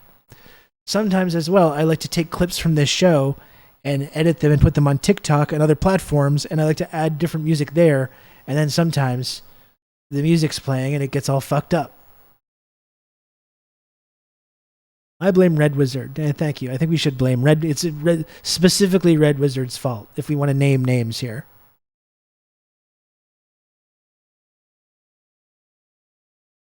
Federal Reserve System, and specifically if you look at its data on non-financial corporate business profits after tax, you can see that there has been a massive increase in corporate profits since the pandemic in 2020. And you can also see, by the way, there was another huge increase in corporate profits right up before the 2008 financial crash. So even if you look at I got to do that. I got to figure out that move about not saving the music to the VODs. I know there's a way to do it, and it's been 3 years and I just haven't figured it out. Then I could start playing the Dan when we're watching stuff. That'd be fun. Itself, it shows there has been a significant increase in corporate profits. However, despite this fact, Isabella Weber was viciously attacked by mainstream neoclassical economists. For instance, the New York Times pundit Paul Krugman, who won a Nobel Prize despite basically always being wrong, he harshly attacked Weber and said that her call for price controls was, quote, truly stupid. There were many other economists who basically said the same thing, and there was a lot of sexist attacks against Weber as well. And yet here we are in 2023, and Weber has been proven correct. She was right. We are seeing sellers inflation. Isabella Weber spelled this out in an academic article in February titled Sellers Inflation, Profits in Conflict, Why Can Large Firms Hike Prices in an Emergency? Now, the reason that this fact that corporations are driving inflation upset so many economists is because most economists are completely right-wing and neoliberal, and they simply echo the political and economic interests of the big corporations and billionaire oligarchs that fund economics programs across the United States and much of the world. They give the big endowments to universities and business schools. They're the Koch brothers and other oligarchs, and it's in their economic interest to convince everyone that the best way to run an economy is to privatize everything and cut social services and reduce wages and beat down unions and free the market and deregulate capital markets and lift all currency controls. The Washington Consensus program that has been imposed on poor countries in the global south around the world. Thank you, That's what they want people to think. Thank you for letting me know. Is the actual way to grow an economy, despite the fact that none of the wealthy, advanced capitalist countries in the West developed through that. They all developed, one, through imperialism and slavery and war, but also through protectionist measures and industrial policy and tariffs, and this has all been explained by development economists like Ha-Joon Chang. He showed how the wealthy imperialist countries like in Europe and the US all had very high rates of tariffs and other protectionist measures in order to all bad news goes down a little easier with some Dan. It would be an interesting experiment, like if you're in HR somewhere and you're firing someone and you were just like, listen, there's no easy way to tell you this, but we are letting you go. We know that this is upsetting. It's unfortunate. We do value your time here with the Verizon family, but we will be cutting your position. Best of luck in your future endeavors. And, if you did that, it's like all of a sudden it's like, oh, okay, You're like, what? I can't even hear you. You're grooving out. You call me a fool. You say it's a crazy scheme. What? I'm not paying attention. Really appreciate the layoff, sir. Thank you. Just turn that up a little bit. I already bought the dream.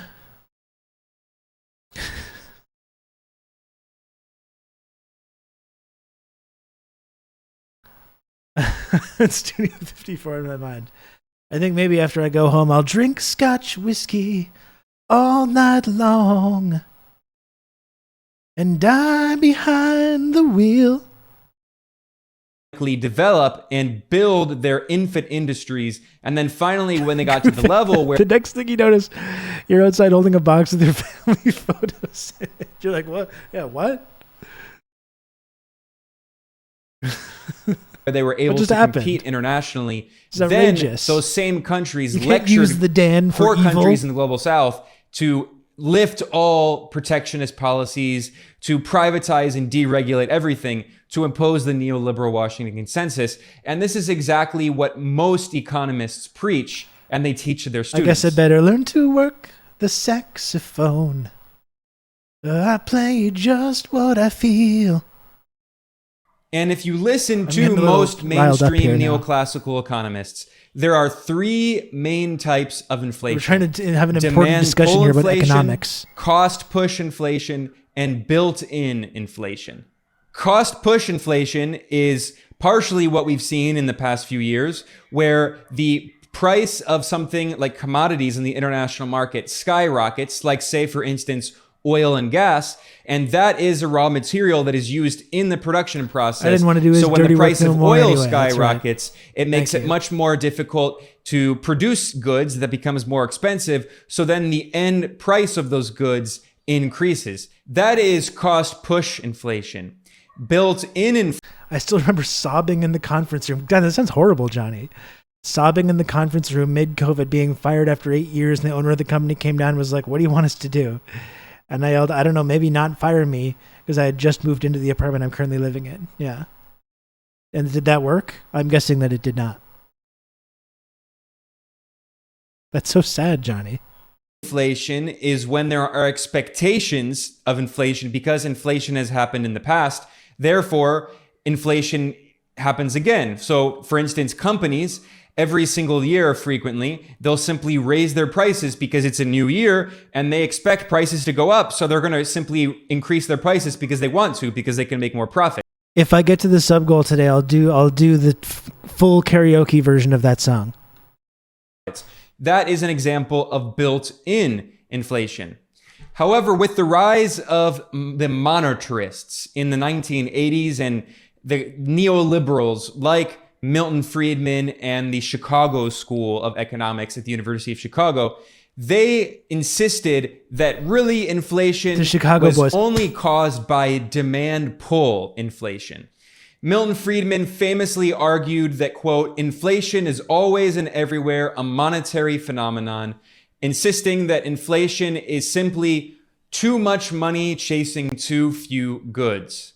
This argument is obviously much too simple, and although it was pretty mainstream in the 1980s with the monetarists, it has been completely debunked. And Marty, even a lot of please. mainstream Come on. neoclassical economists, especially Keynesian economists today, don't agree with this ridiculous, simplistic understanding of inflation. Now, I'll point out that it shouldn't be a surprise that Milton Friedman and his extremist right-wing free market fundamentalist economic ideology has been completely debunked, because he was also the main inspiration for fascist dictators in Latin America, like, for instance, Augusto Pinochet, the murderous fascist dictator in Chile who overthrew the democratically elected socialist Chile was like the president, laboratory for Salvador that Allende, in exact kind of style of 1973, economics. in a military coup that was sponsored by the CIA. Pinochet then privatized everything massively, including water and electricity and even the pension system. And at the same time, he killed, tortured, and exiled hundreds of thousands of leftist dissidents. Anyone help of the CIA. who had a left-wing bone in their body was possibly going to be thrown in a concentration camp or killed or exiled by the US-backed fascist Pinochet regime. By the way, the right in while it was America is starting to talk imposing about doing this in right-wing America. Also, I don't know if that's something that we should be concerned about. You got Trump and Rick Scott, I think, in Florida, talking about this now. Talking about just like purging socialists and communists and things like that. I'm sure the Trump fan base is going to be really receptive to this whole like MAGA communism thing, though.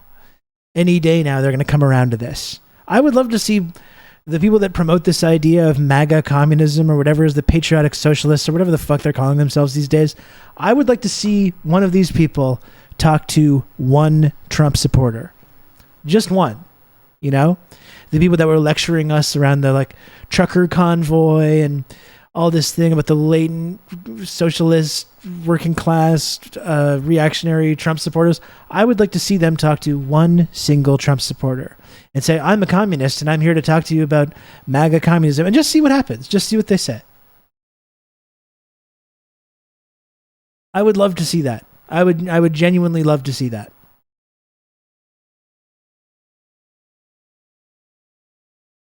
Libertarian neoliberal fundamentalist ideology. And Milton Friedman, in fact, visited Chile under Pinochet because Pinochet loved Milton Friedman so much. So that's the ideology that used to be completely mainstream in economics. And bit by bit, slowly, finally, that pseudoscience is dying out. And now more and more economists are slowly coming. Now, my brain might be toasted to eating leftover McDonald's for breakfast. Actually, few people know this, Barrier Trio Bean. And again, I'm a licensed professional. You can take my advice about medical issues. Leftover McDonald's for breakfast is actually increases your brain power, not decreases it. So that is actually a good thing to do. But decline of Western influence in the world's economics can only be a good thing. And you're exactly right. It is a good thing. It's a great thing, actually, which is why we spend so much time in this program covering this ongoing evolution, and we are covering the whole collapse of the Western economic hegemony around the world and the rise of these new multilateral institutions like BRICS. That's exactly why, because it is a very positive thing. Yes, and that's something else that Ben Norton covers a lot at the Geopolitical Economy Report. To see the reality that, yes, corporations can cause inflation and are causing inflation, and not everything can be blamed on workers supposedly having too much power. Many of these monetarists claim that the reason there's been so much inflation in the past 2 years is because the Federal Reserve and other central banks... It's those McGriddles, those little sugary spots. They've got the brain juice in there.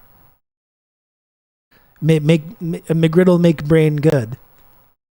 Banks went on a money printing spree, massively printing money. The Federal Reserve printed trillions of dollars. However, what they don't explain is why there was not significant consumer price index inflation in the past 15 years, because the US Federal Reserve carried out its quantitative easing policy of massive money printing going back to the aftermath of the 2008 financial crash.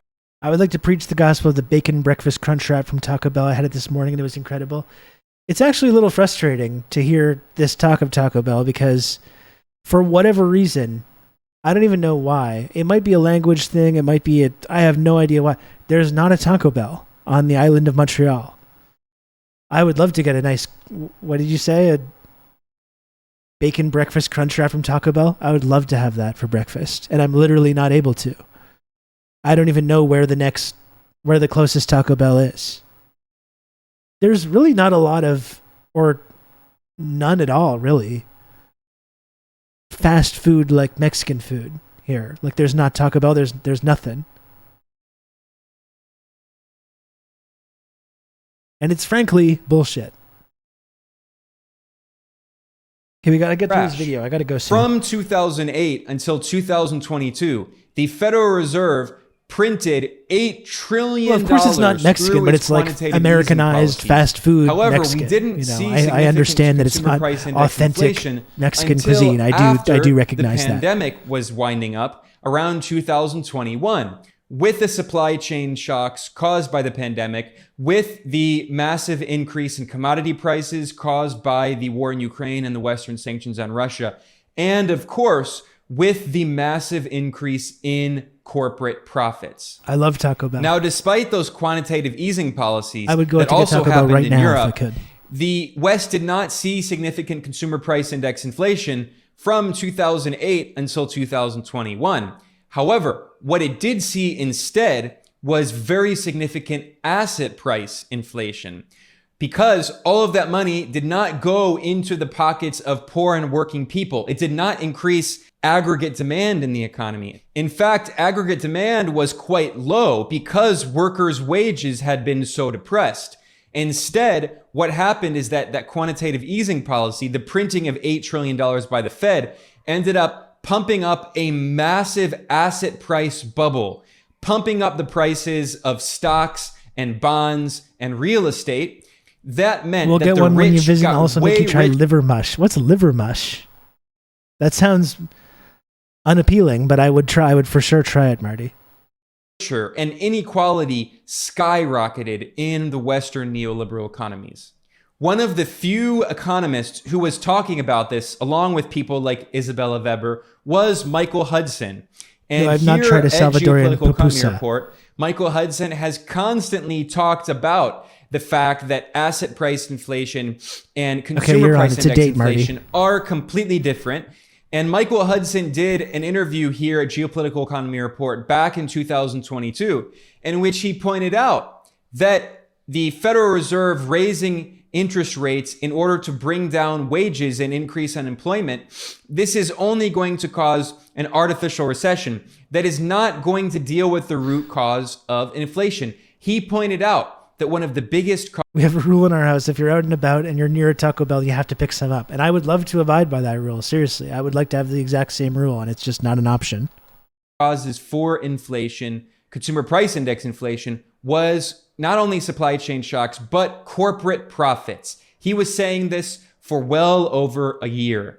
The result has been $9 trillion of essentially bank liquidity that the Federal Reserve has pushed in. Now, despite the fact of course, that doesn't cause inflation. It is asset price inflation. The fact is that this asset inflation, this has all occurred on credit. The asset price inflation has occurred when the Federal Reserve makes basically repo swaps with the banks, enabling the banks to deposit some of their packaged mortgage loans or bonds or government bonds or even junk bonds with the Fed, and they get a deposit with the Fed that our precious Michael enables the them real to precious now Michael turn around it's as if the Fed was depositing money in the bank like a depositor, letting it lend more and more and more for real estate, which has pushed up the price. Real estate is worth whatever a bank will lend against it, and the banks have been lowering the margin requirements. It's fun to call the zero interest rate period from 2008, 2020 when the ZIRP, though. It's true. And it's really remarkable how that entire period, 13 years, really like nothing was accomplished to help the working class do anything. That whole period, nothing happened to make sure people were able to get homes. Nothing happened to increase the social safety net. There was that whole period was totally fucking wasted. All of the economic consequences that the working class is experiencing all got worse. Nothing was accomplished meaningfully to help anyone in the working class, to say nothing of the middle class.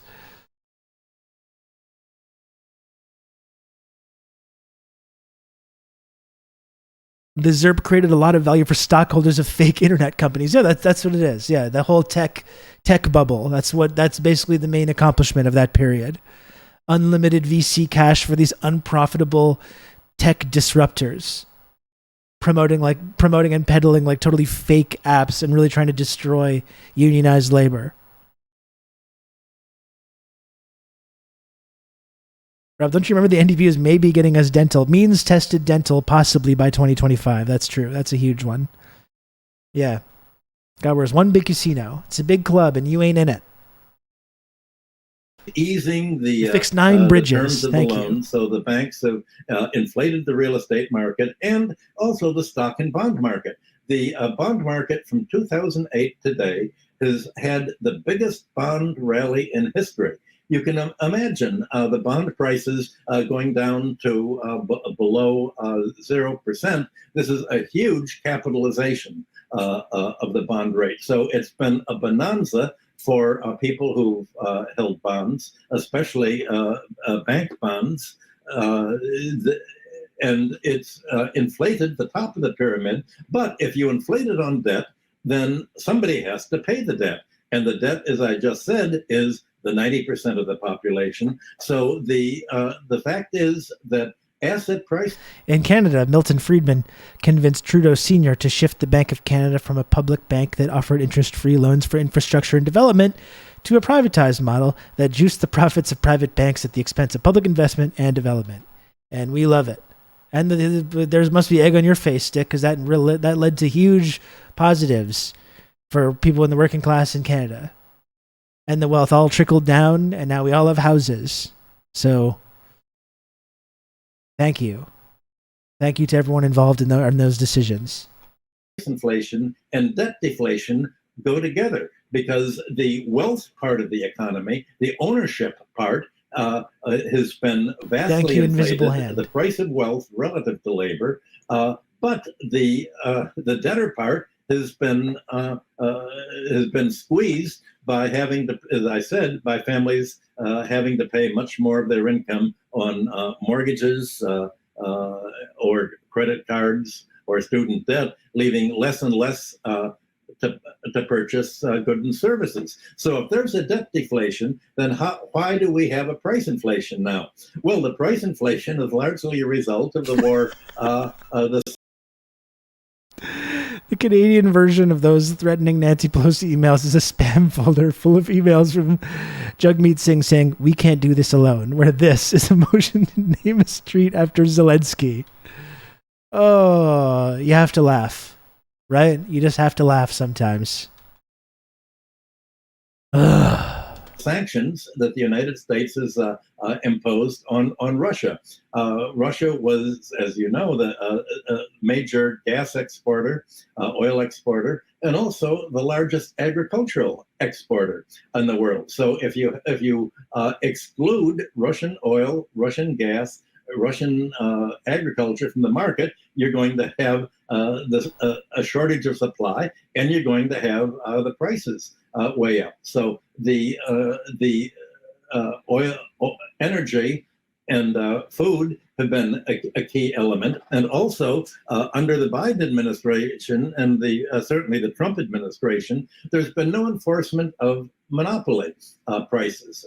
So you've had essentially companies have been using their monopoly power to charge whatever they want, and even though there wasn't really a shortage of gas or of oil earlier this year, you had a huge spike in the price for no other reason than the fact that the oil companies could charge it.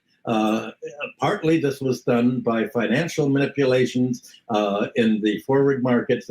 The financial markets had bid up the price of oil and gas, but also the companies have. And right across the board, if you had a company in a commanding position of being able to control the market, as Matt Stoller has pointed out often enough, you've essentially permitted monopolies to take place. Well, Biden had appointed a number of anti-monopoly officials that were going to try to impose anti-monopoly legislation, but they're not supported by the Democratic Party or the Republican Party enough to really empower them to have had much effect so far. So the next time you see a Western government official or neoliberal economist try to blame wages for the increase in inflation, remind them that even the International Monetary Fund, which has been one of the main institutional supporters of neoliberalism, imposing neoliberal shock therapy policies through structural adjustment on countries across the global south, even IMF economists are now admitting the reality that sellers inflation is what we are seeing, that in Europe, nearly half, 45% of the rise in inflation has been caused by corporate profits and only 15% by wages. That is the reality. On that note, I'm going to conclude. I'm Ben Norton, the editor of Geopolitical Economy. Thank you. No, man, that's the funniest pause face. Another great video from Ben Norton. Please, if you're not subscribed to Ben's content at the Geopolitical Economy Report, please go ahead and do that. Always appreciate his videos on this and other subjects. I got to go, folks. I got to go in like 4 minutes. I'm at 14 out of 35 subs for the day. I have not taken one pause here to like promote the stream or talk about subs or any of that stuff. And again, I know I have shorter timeline lately, so reaching the sub goal is kind of a lofty expectation because I'm working with less time here. But if you can, folks, please, if you enjoy TRRS, We simply if use you the like the computer to content mark that I up the, create here on size of the twitch.tv, account. thank you, Vlad. Thank you, Vlad, for the 600 friend coin. That's very kind of you. Thank you very much, Vlad.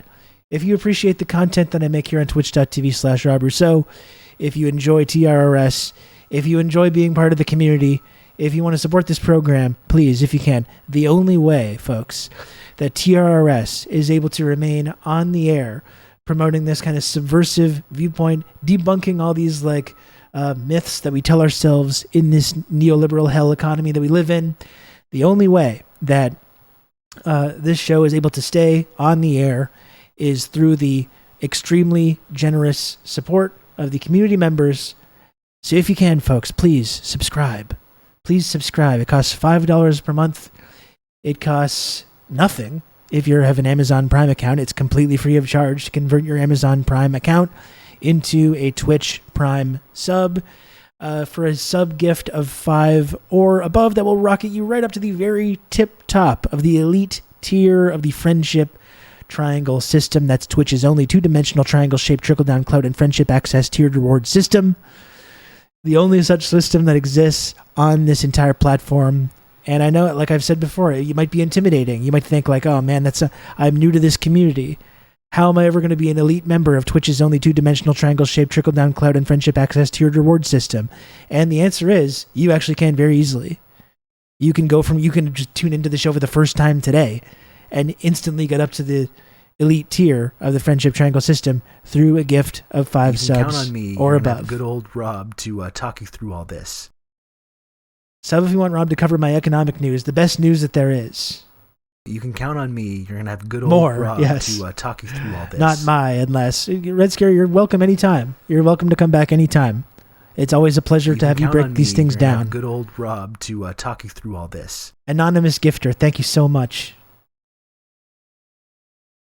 You know, I just did this whole pitch. You're going to have good old Rob to talk you through all this. I did this whole pitch about rocking right up to the very top of the elite tier of the friendship triangle system. Anonymous Gifter doesn't care. You're going to have good old Rob to talk you through all this. That's how much Anonymous Gifter, Anon, wants to support the channel and the community. They don't even care about being part of the system. They're already, whoever it is, whoever you are, you're already an elite member of the friendship triangle system. In my eyes. Karaoke time. I did believe that I said that I would do it if the sub goal was met. I believe is what I said on that one. And as I have talked about, when I do reach 1,000 subs, if and when this day actually comes, and I feel comfortable making this claim because it's extremely unlikely, if that day comes, when I reach 1,000 subs, I will do a TRRS tub stream episode. If and when that day comes. Thank you again very much, Anon, for the 5 gifted subs. I really, really appreciate it. Thank you.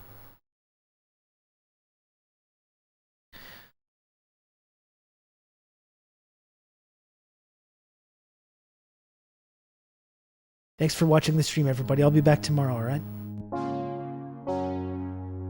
I gotta go. Gotta go pick up my kid from camp.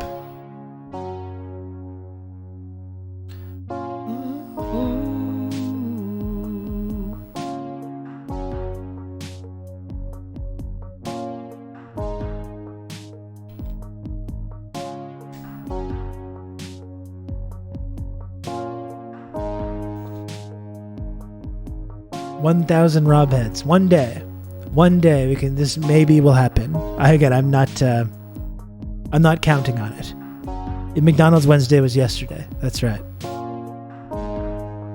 That's right. It was yesterday. I really love the spinny globe. It's so cool. What a professional stream this has become. Okay, so I gotta go. I gotta go, folks, or I'm gonna be late. I don't want to be late. So I'll see you tomorrow, all right? Love your new song, too. Thank you, Up the Reds. Thank you. I appreciate it. I'm glad folks like the song. I'll see you folks tomorrow, all right? Until then, this is your friend, Rob Rousseau, signing off. Goodbye.